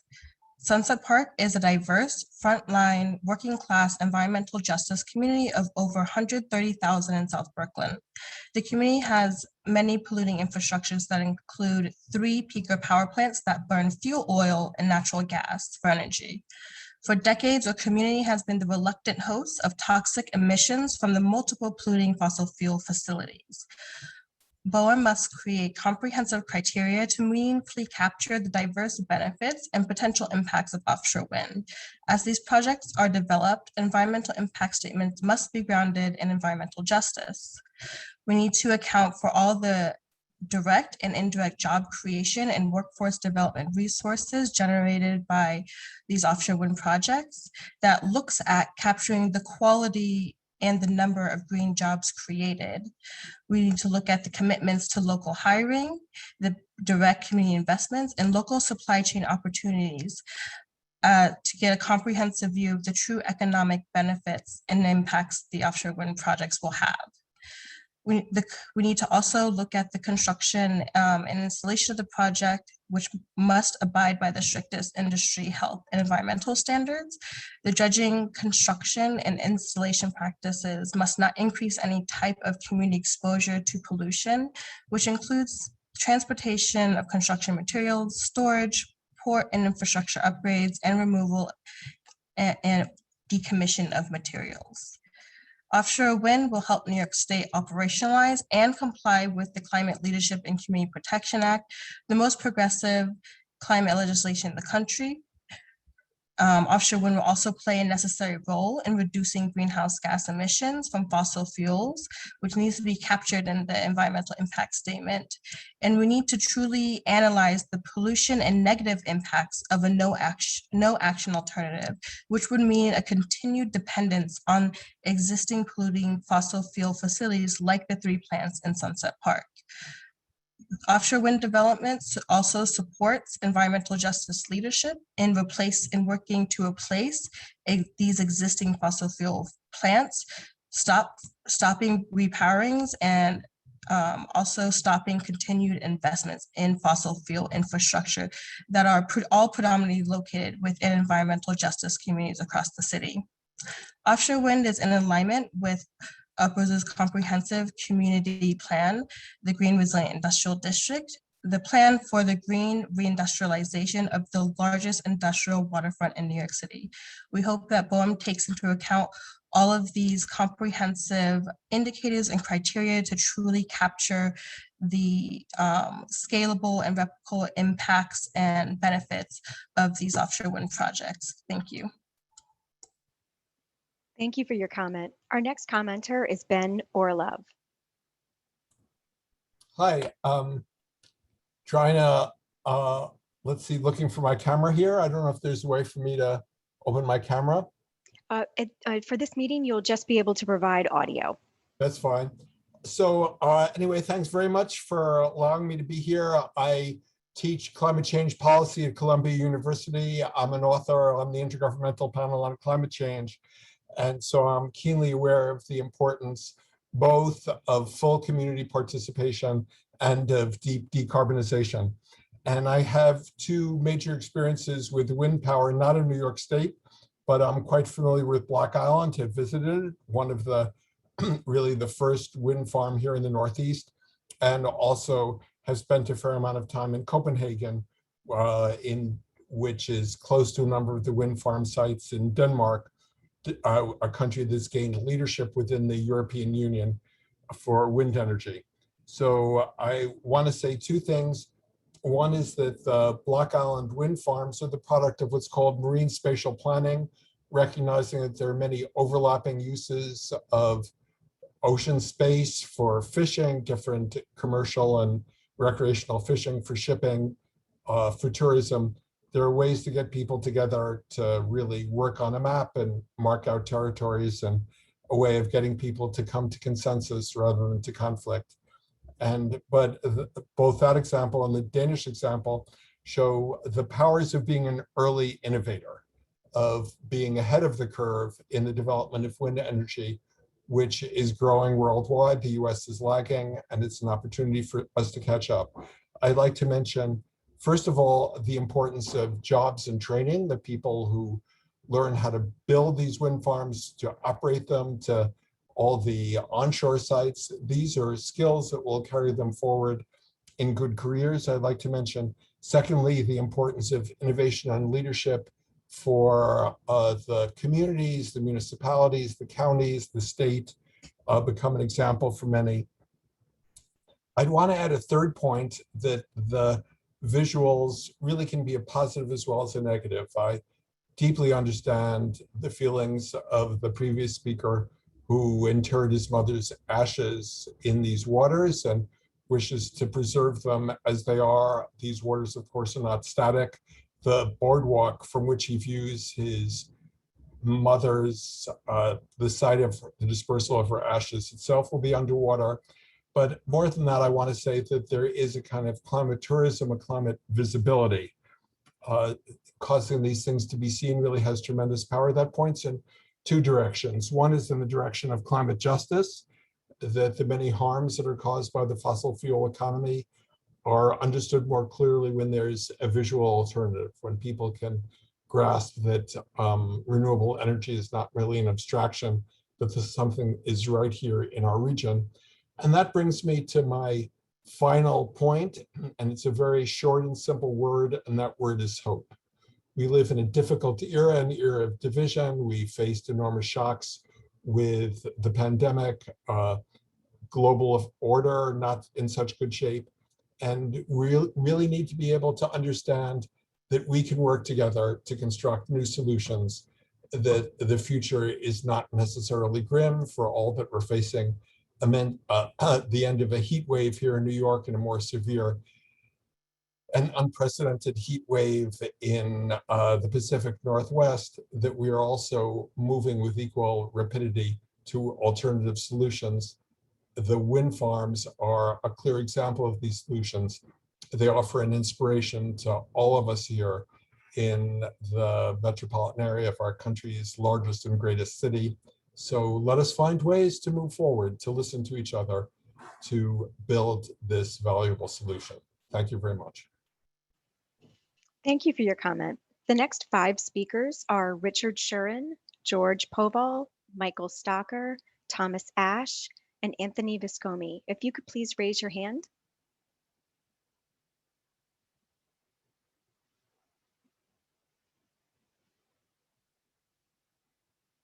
Great, thank you. Our first speaker will be Richard Shuren.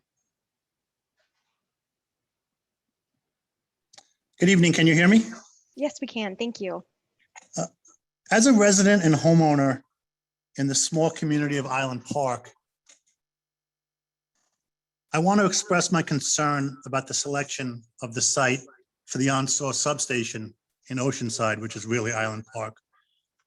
For the last 50+ years, Island Park has been the host community for Long Island's most polluting power plant. The Barrett plant is over 50 years old, and my community has dealt with this polluting, dangerous eyesore for a very long time. Most recently, the owner of the Barrett plant and its contractor, National Grid and LIPA, have been litigating with our small school district and Nassau County in an effort to breach its social contract with us and reduce the taxes that they pay by 90%. If successful, this would devastate our community and our school district. This battle has been widely reported in the news. One option for us, if LIPA is successful in this suit, would be to return this site to a beneficial and friendly public use as opposed to a power plant. I fear that the selection of this site for a new substation will prolong and continue our community's suffering with a greatly reduced tax benefit. It simply isn't fair. Other communities ought to share this burden. The burden on Island Park is excessive, and it seems as if it's a dumping ground for every industrial project under consideration. I support a wind farm, but once again, it is simply not fair to burden our small community and subject us to decades more of abuse without adequate tax compensation. So I attempted to read the report to see what other sites were considered besides our very small community for this substation. And it looks like nothing else was considered. So I would urge you and whoever has the authority on these matters to please look for another site for this substation. Thank you. Thank you for your comment. Our next commenter is George Poval.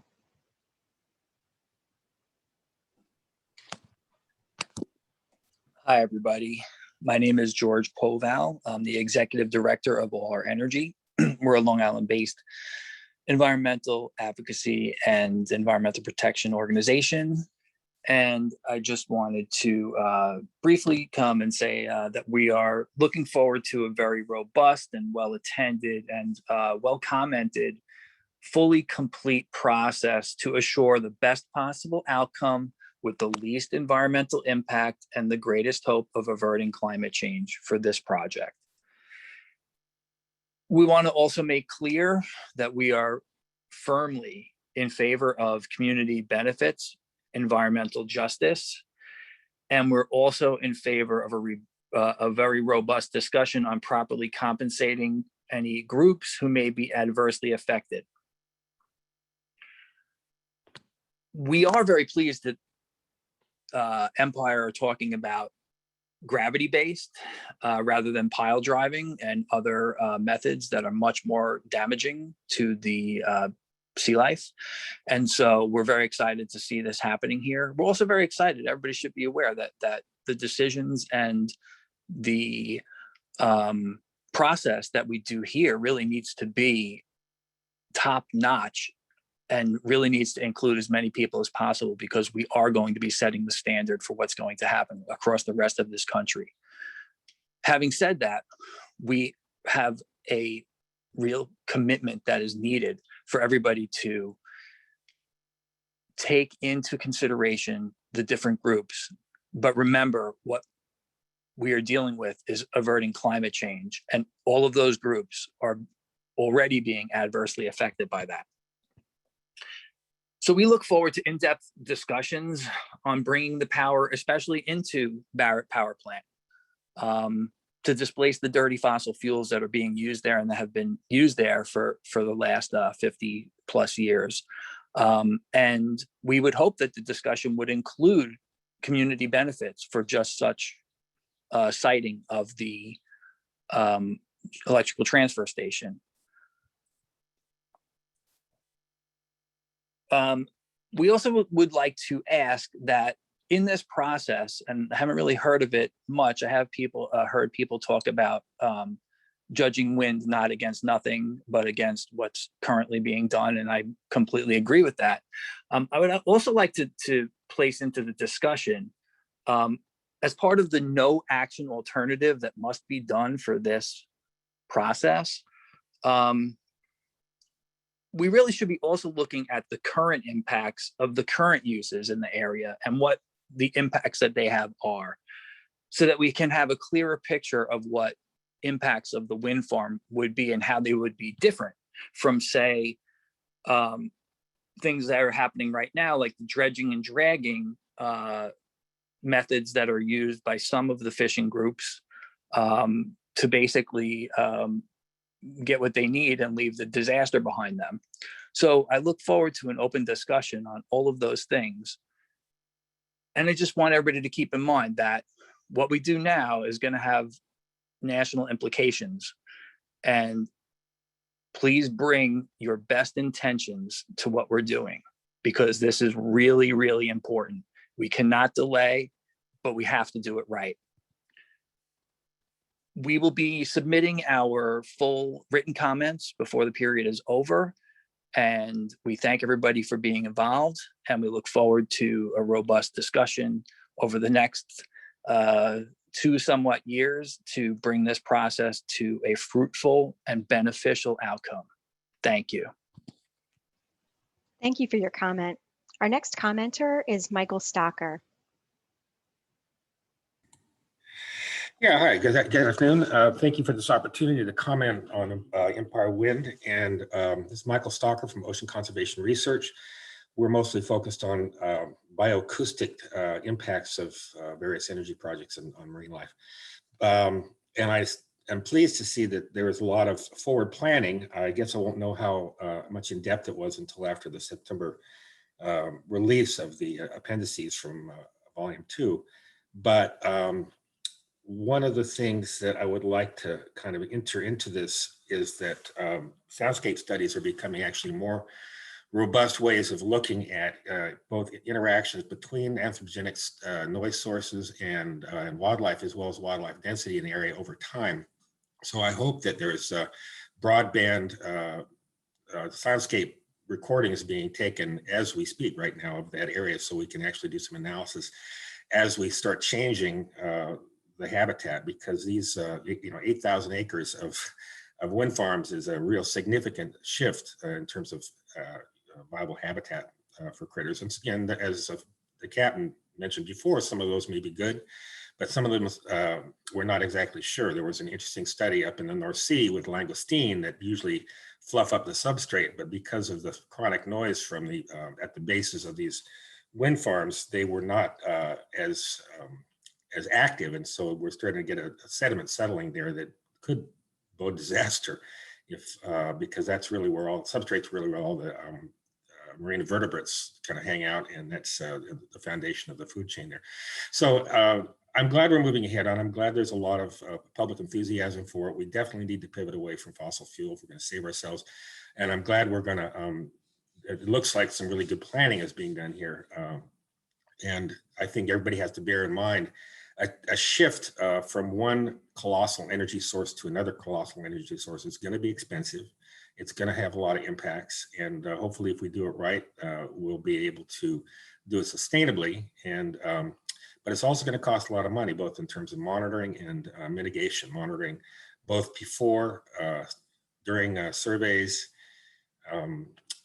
construction, and ongoing operations. So with that, thank you for proceeding ahead with the work, and I yield my time. Thank you for your comment. Well, those are all the folks that we had that had pre-registered to make a comment today. So if you did not pre-register, but you would like to make a comment, I'd ask that you please use the raise your hand button on the Zoom platform, or if you've dialed in by phone, you can dial *9, and then I'll call your name in the order in which you raised your hand. And at that point, you would receive a pop-up box asking you to unmute. And if you dialed in by phone, you would unmute by collecting *6 to unmute and remute. Give folks just a minute to locate that raise your hand button in case they'd like to make a comment.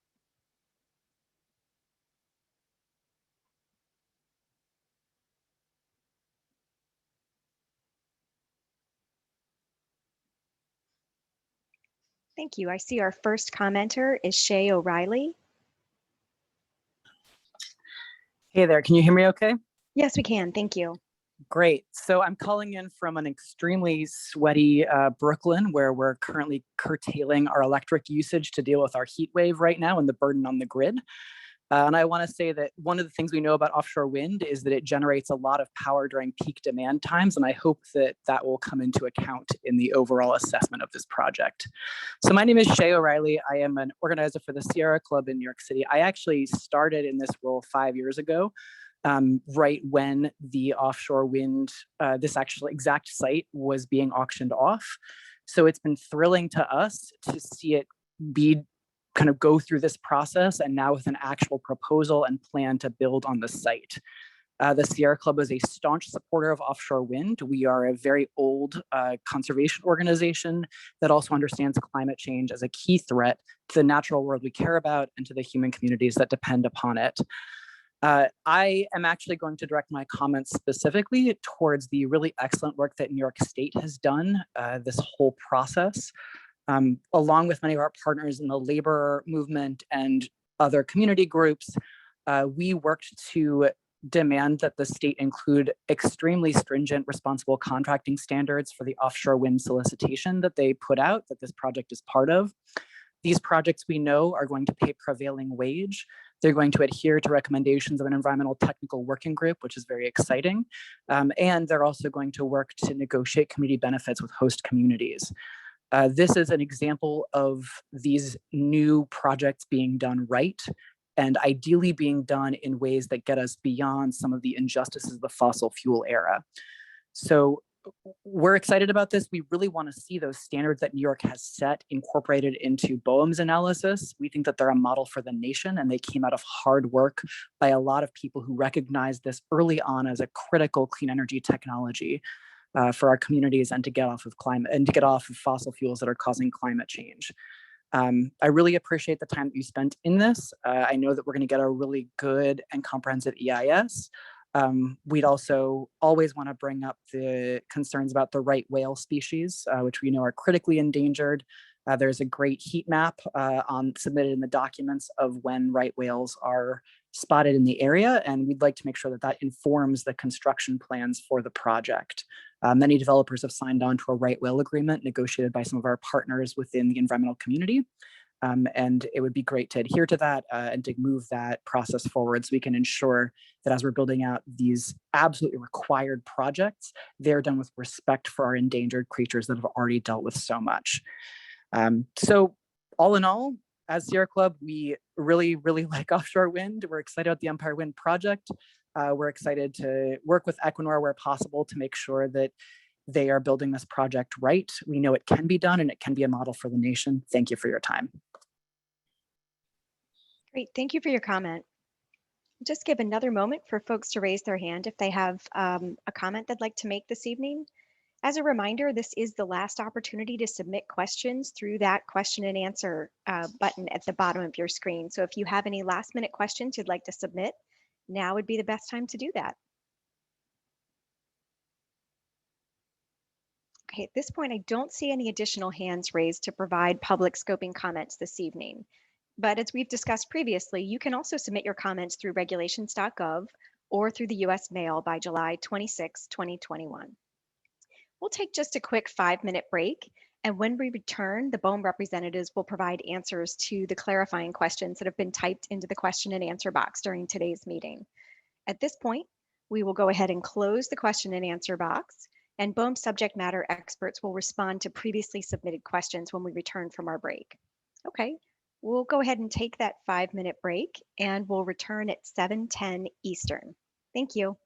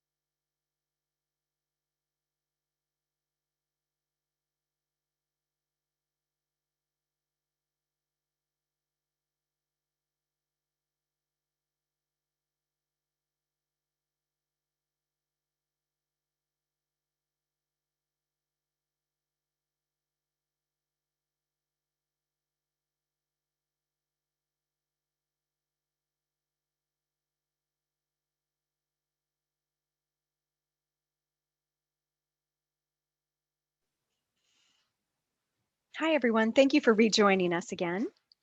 While the BOEM team is working on a few additional answers to questions, I'd like to take the opportunity to review how you can make scoping comments. We'll see if we can pull up a few slides that we can walk through.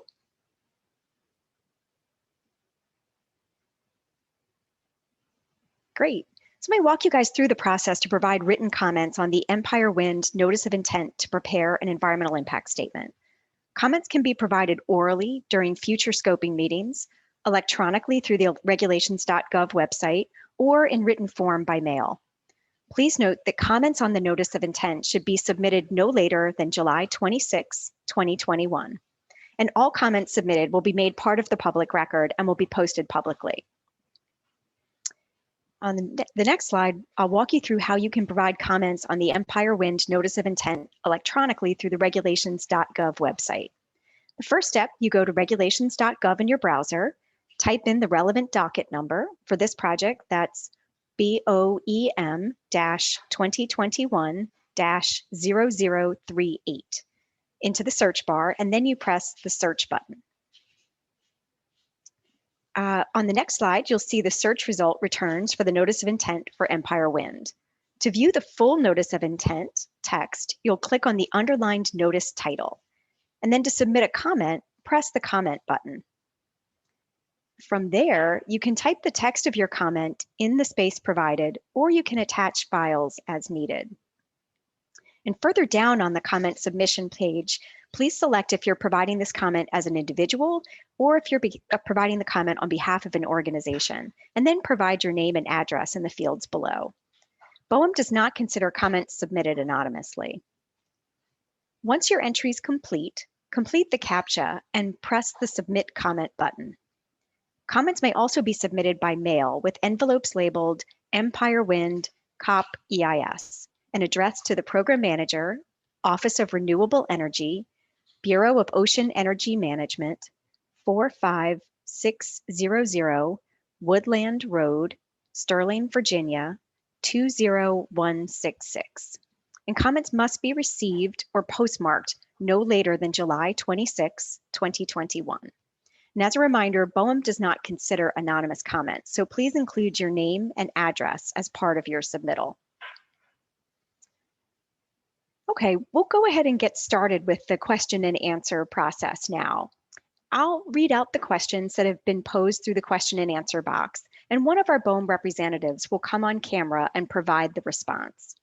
As a reminder, at this point, we're not going to be accepting any new questions. We'll just be responding to the questions that you raised during the meeting today. The first question I have is for David Bigger. David, could I have you come up on camera, please? Great, thank you, David. And this question is from Alex Valesso, sorry. The question is, how many birds is considered an acceptable number of loss for this project? And the question of, have you read National Geographic article, which was provided a link to? The answer, 3 billion. For people who profess to be environmentalists, putting up something like this that is known to kill many birds is quite curious. Yeah, hello. Well, my name is David Bigger. I'm a environmental protection specialist with BOEM, biology. I specialize in a biologist, and I specialize in avian issues. And so thank you, Alex, for sharing that article. The article in the National Geographic is referring to a study that was recently published in the journal Science titled Decline of North America Avifauna.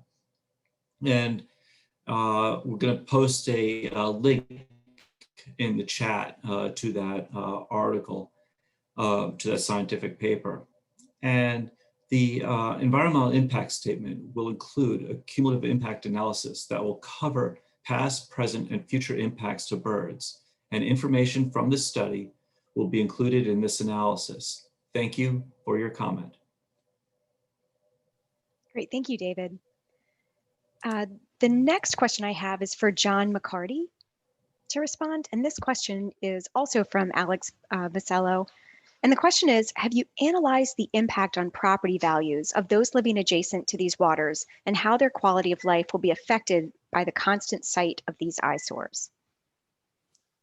Yeah, hi, I'm John McCarty, a landscape architect at BOEM, where my area of expertise is in visual impact assessment. And thank you, Alex, again for your question, which is often a concern of the public.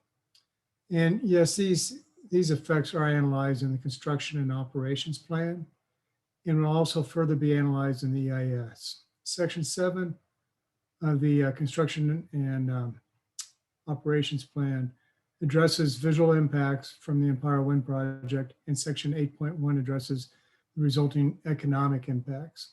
In addition, Appendix AA, Appendix AA contains additional information on the visual impacts, including maps of the affected view shed, photo simulations of the offshore and onshore facilities, et cetera. Great, thank you, John. The next question I have is for Brandy. And Brandy, the first question is from Vanessa Cordero. And the question is, how will any of this affect marine life and or the environment? Hello, this is Brandy Sanganet. I'm the Environmental Protection Specialist with BOEM, and I'm the NEPA coordinator for this project. And I'll be coordinating the environmental impact statement. Potential impacts to the environment, including marine life, will be identified and analyzed in our environmental impact statement. We plan to gather all available information on these potential impacts for our analysis and are requesting your input on these important issues to consider. For examples of potential impacts from a commercial offshore wind facility, please see the Vineyard Wind EIS found at the link posted in the chat here. Great, thank you, Brandy. We have another question for you as well. This one's from Nancy Solomon. And the question is, how can we comment on the appendices being prepared?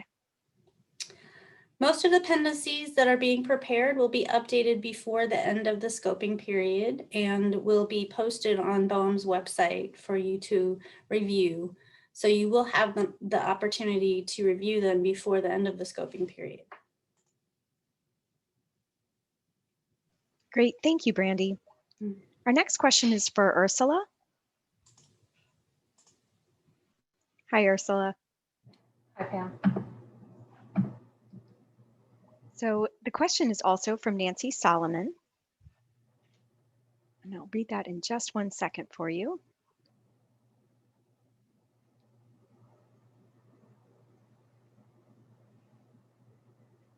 Well, I'll at least introduce myself. So hi, I'm Ursula Housen. I am a fish biologist in BOEM's Office of Renewable Energy Programs. Great, thanks, Ursula.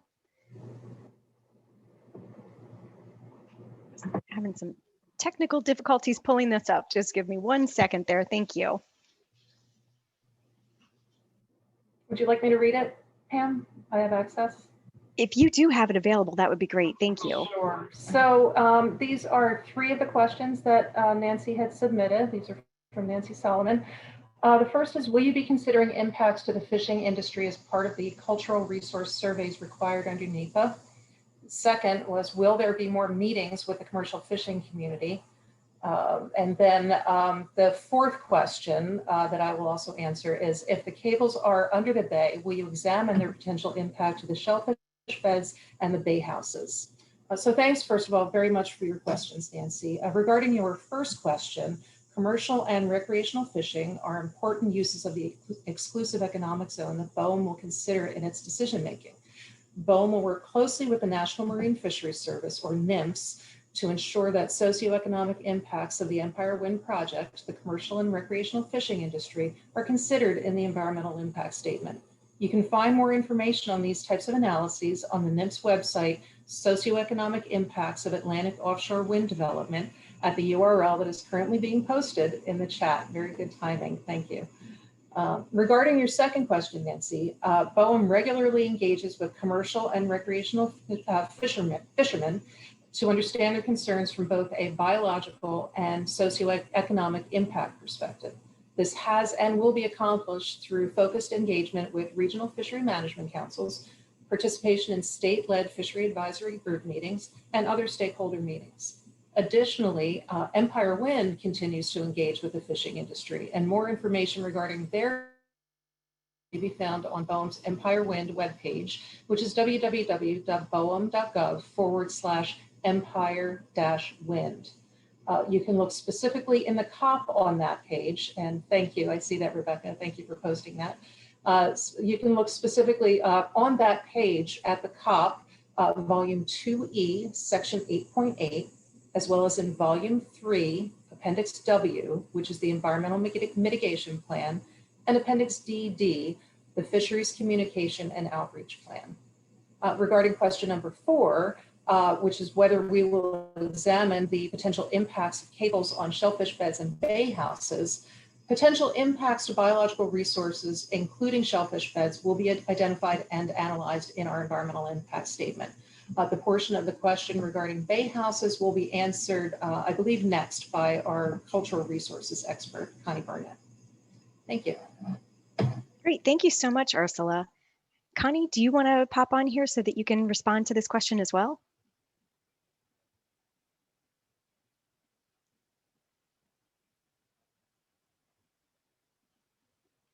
Connie, if you're there, we're not seeing you just yet. There you are. You want to come off mute, Connie?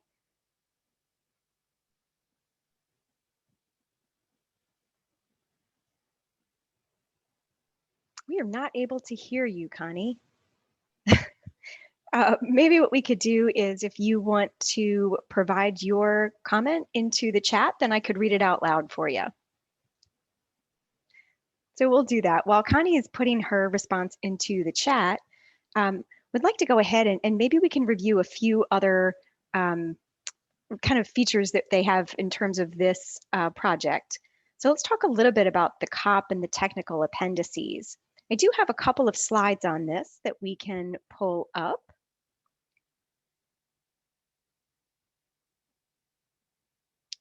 Great, so we're going to talk a little bit about the construction and operations plan and the technical appendices. So the purpose of the construction and operations plan, or the COP, is to provide a description of all proposed activities and planned facilities that are intended to be constructed and used for a project under the commercial lease. The COP includes a description of all planned facilities, including the onshore and support facilities, as well as the anticipated easements needed for the project. It must also describe construction activities, as well as activities for the commercial operation, maintenance, and decommissioning of the site. The COP forms the basis for the environmental analysis, the review of socioeconomic effects, and the operational integrity of the proposed construction, operation, and decommissioning activities.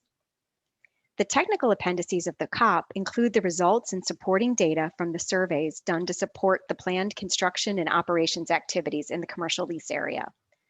The appendices also describe resources, conditions, and activities that might be affected by the project's proposed activities and include the environmental conditions, such as the seafloor structure and seismic activity, that could impact the proposed project activities.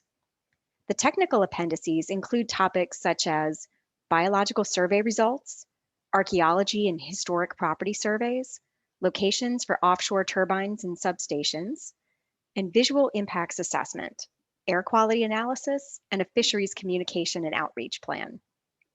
You can find the Empire Wind COP and the appendices on the Empire Wind project website at boem.gov/empire-wind.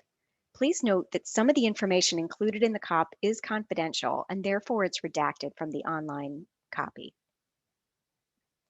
So I noticed, Connie, why don't we try coming back to you and see if we can hear you this time?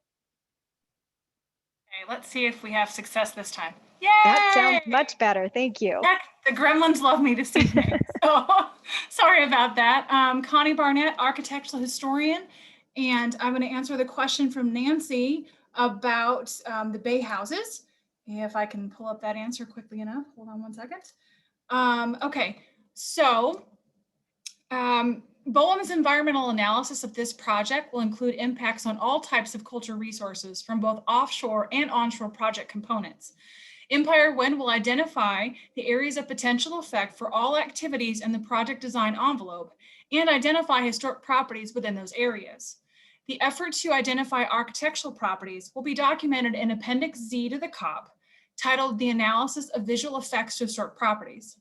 While the title specifically notes visual effects, this report will identify all above ground resources that may be affected by this project and assess both visual and physical effects to them as appropriate for the project activities. As stated earlier, a good portion of the COP and its appendices are under revision to reflect the recent refinements to the project design envelope that were presented this evening. The historic properties reports are included in those revisions to the COP. The information contained in Empire Wind's COP and its appendices, once completed, will support BOEM's federal compliance requirements under both the National Environmental Policy Act and the National Historic Preservation Act. If you want some more information for what's currently posted, if you look at volume 2C, section 6.3, that includes the information about historic and architectural properties for now. So hopefully that answered your question. Great, thanks, Connie. Next up, we've got a couple of questions for you, Luke. And the first question is from Michael Johnson. The question is, what is the discrepancy between 176 WTG foundations versus 174 WTGs? And are these 174 turbines across both Empire Wind 1 and Empire Wind 2? Or is it 174 WTGs per project? Thank you. Yeah, thanks, Pam, and thanks, Michael, for the question. It's a good one. Can you hear me? Yes, we can. Thank you. All right, great. Yeah, so the revised project design envelope reflected in volume 1 of the COP includes 176 foundations. And on 174 of those foundations, they're proposing, or up to 174 foundations, they're proposing wind turbines. And 2 of those foundations will be proposed for offshore substations. And so that's across EW1 and EW2, so for the whole project. Great, thank you. The next question for you, Luke, is from Alex Vasello. And the question is, how many wind turbines and how much of a footprint does it take to power the same area as a nuclear power plant or as a standard power plant? Yeah, thanks, Alex. That's a great question. As I said before, the revised PD does include that up to 176 foundations, 174 for wind turbine generators, and 2 for foundations for offshore substations. We're not really at a point right now or prepared to compare the area footprint of other power production sources, but we can point you to a pretty informative table within volume 1 of the COP. It's table 3.3-3, so 333. And it outlines the proposed wind turbine foundation parameters for each of the foundation types. So that's going to give you the area of impact for each of those, or the maximum area of impact for each of the foundation types across both projects. Great, thank you, Luke. Another question from you. This one's from Carl LeBeau. And the question is it possible for the developer to add a cable route option to the plan from this point forward? So for example, if upon closer negotiations with local governments and local experts 6 months from now, another route not currently identified in the COP seems like a more viable alternative, is there then a process to get that included that would not require restarting the federal EIS and the permit approval clock? Specifically referring to a landfall cable within state waters or state lands in the previous question. Yeah, another good question. Thank you, Carl. So if a new cable route was proposed, BOEM would really have to look at the details and of that proposal to determine if that proposal was still within the project design envelope that was submitted as part of the COP. If the new route were within the existing PDE, the process would continue and we'd examine any new details of the route. If there were a technically and economically feasible cable route outside of the PDE, BOEM could consider that new cable route as an alternative to the proposed action in the EIS. Great, thank you, Luke. And I've got one more question from you. This one's from Alex Vasello. Was any consideration given to having this project located off New York City instead of Long Island? It seems like many commenters are from New York City, and I wonder if they would support this being built off their beaches. Yeah, Alex, thanks again. It's a great question. Since Empire Wind here already has the lease for this area, they're only allowed or they only have the ability to propose construction operations within the lease area itself. So in that case, they can't. But when you go back to the earlier process, when we actually identified the wind energy area itself, as I described in my earlier presentation, the process to develop a lease area involved, in this case, was competitive, has several steps over a series of years and with multiple opportunities for public input. And I'd note that BOEM's jurisdiction starts 3 nautical miles from shore. So waters directly off New York City are not areas we have authority to lease. And additionally, being one of the busiest ports in the United States, the waters directly off or outside the port of New York and New Jersey have many uses which may not be compatible with offshore energy. And if you're curious about more of the history behind leasing for this site, you can find that at our website. We'll post the link in the chat, but it's boem.gov/empire-wind. Great, thank you, Luke. The next question I have is for Michelle Morin, and this question is from Jim Kendall. And the question is, why do various BOEM webinars vary in their presentation protocols? Some of these webinars show a list of those attending and the actual number of attendees in the chat window. And perhaps I've seen these attendee lists in a different venue, but while you choose not to list the attendees, why can't we see the number of those in attendance? This would allow us to judge several points. 1, interest. 2, understanding outreach success. Yeah, thank you, Pam. And thank you, Jim, for that question. We were monitoring attendance as the meeting goes on, and typically these virtual meetings, the attendance fluctuates as the meeting progresses. This meeting in particular peaked about 140 attendees, which seems to be kind of a normal level of attendance across our virtual public meetings, which also tend to be higher in attendance than our in-person meetings. So I do hope once we return to in-person meetings, I'm sorry, I realized my camera was not on all the way.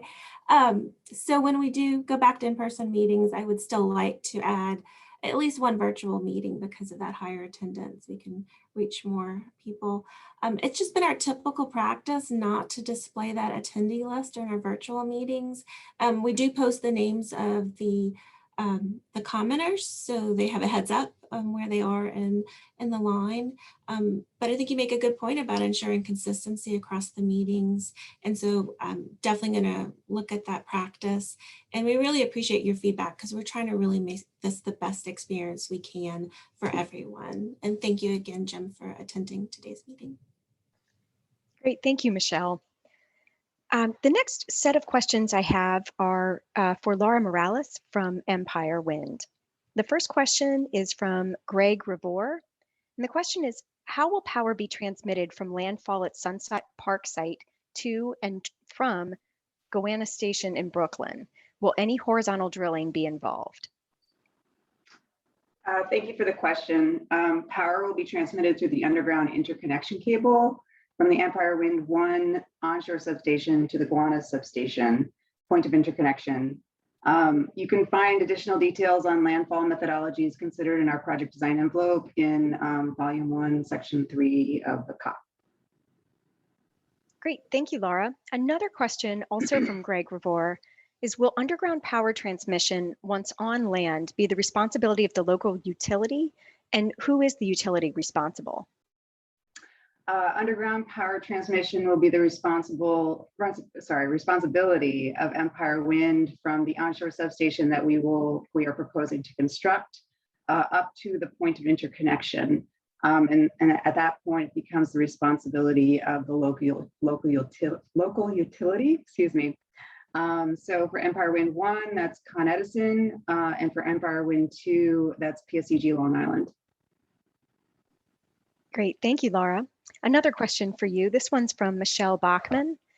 I was wondering if the Empire Wind representative could say a bit more about the proposed layout and how the layout rules in the COP were applied to create the proposal. One specific question I had is why the proposal includes perimeter turbines, but not interior turbines in the westernmost part of Empire Wind 1. Also, why the regularity of the rows and columns is interrupted along the perimeter of the array. For example, in the eastern part of Empire Wind 2. Sure. So all very good questions regarding the layouts, and I'll say that there's been a lot of thought and care taken into how we've been approaching layouts for this project. The open area at the western end of the lease area was developed in consultation with commercial fishermen to support coexistence with the type of fishing activity that occurs in that area. And you can find some additional narrative and details about that in section 8.8 of the construction operations plan, which describes those efforts to lead towards what that looks like to date. The lease area boundary at the eastern end of the array was defined by BOEM, and I think what you're referring to is kind of that jag on the northeastern corner of the lease area, and that is just a reflection of the lease itself, and again, the observance of that 1 nautical mile setback for the wind farm development area.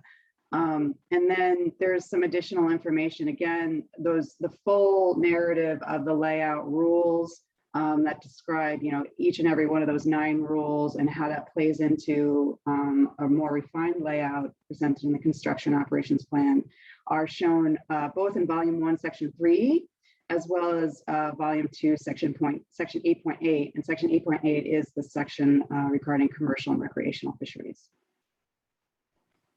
Great, thank you, Laura. And the final question of the evening is also for you. This one's from Nancy Solomon. The question is, will the cables connecting to Long Beach and Oceanside be under the bay or above the bay? Yes, thanks, Nancy. And I think I heard that question come up in the public comment time as well. We are proposing an installation that will be under the bay. If you look at some of the figures that present the onshore export cable as it traverses from the barrier island to the mainland, we're proposing an under bay crossing essentially at Reynolds Channel, which is the more narrow portion of that back bay. Great, thank you very much, Laura. And thanks to everybody for participating today. Those are all the questions that we had that were shared through the question and answer box. And I'm going to turn things over to Michelle Morin from BOEM for a few closing remarks. Thank you, Pam. And I realized I did not introduce myself when I answered your question earlier. My name is Michelle Morin, and I'm the Chief of the Bureau of Ocean Energy Management's Environment Branch for Renewable Energy. So it's my branch that's responsible for coordinating the environmental reviews and consultations that you heard about this evening. And so thank you, Pam, and the ICF and BOEM staff for holding the first of our 3 public meetings for the Empire Wind Environmental Impact Statement. As I mentioned earlier, I think we had a very good turnout, peaking about 140 attendees. And thank you everyone that participated in this evening's meeting. Your time is really valuable, so we really appreciate you spending these last few hours with us. And I heard a lot of thoughtful comments and questions, so I hope that that you found our answers helpful. Just want to assure you that all your comments that you gave us tonight and will give us in writing will be considered as we define the scope of the draft environmental impact statement. And I appreciate the feedback we did get about this forum. I think for the most part it went well, so I hope you do too. As Brandy mentioned at the beginning of the meeting, there is, in addition to the current comment period, there'll be additional comment period in late summer of 2022 when the draft environmental impact statement is published for your review and comment. And your input is really essential because I think we have the common goal of we want the best informed decision that we can make about this project. And just thanks again for participating today.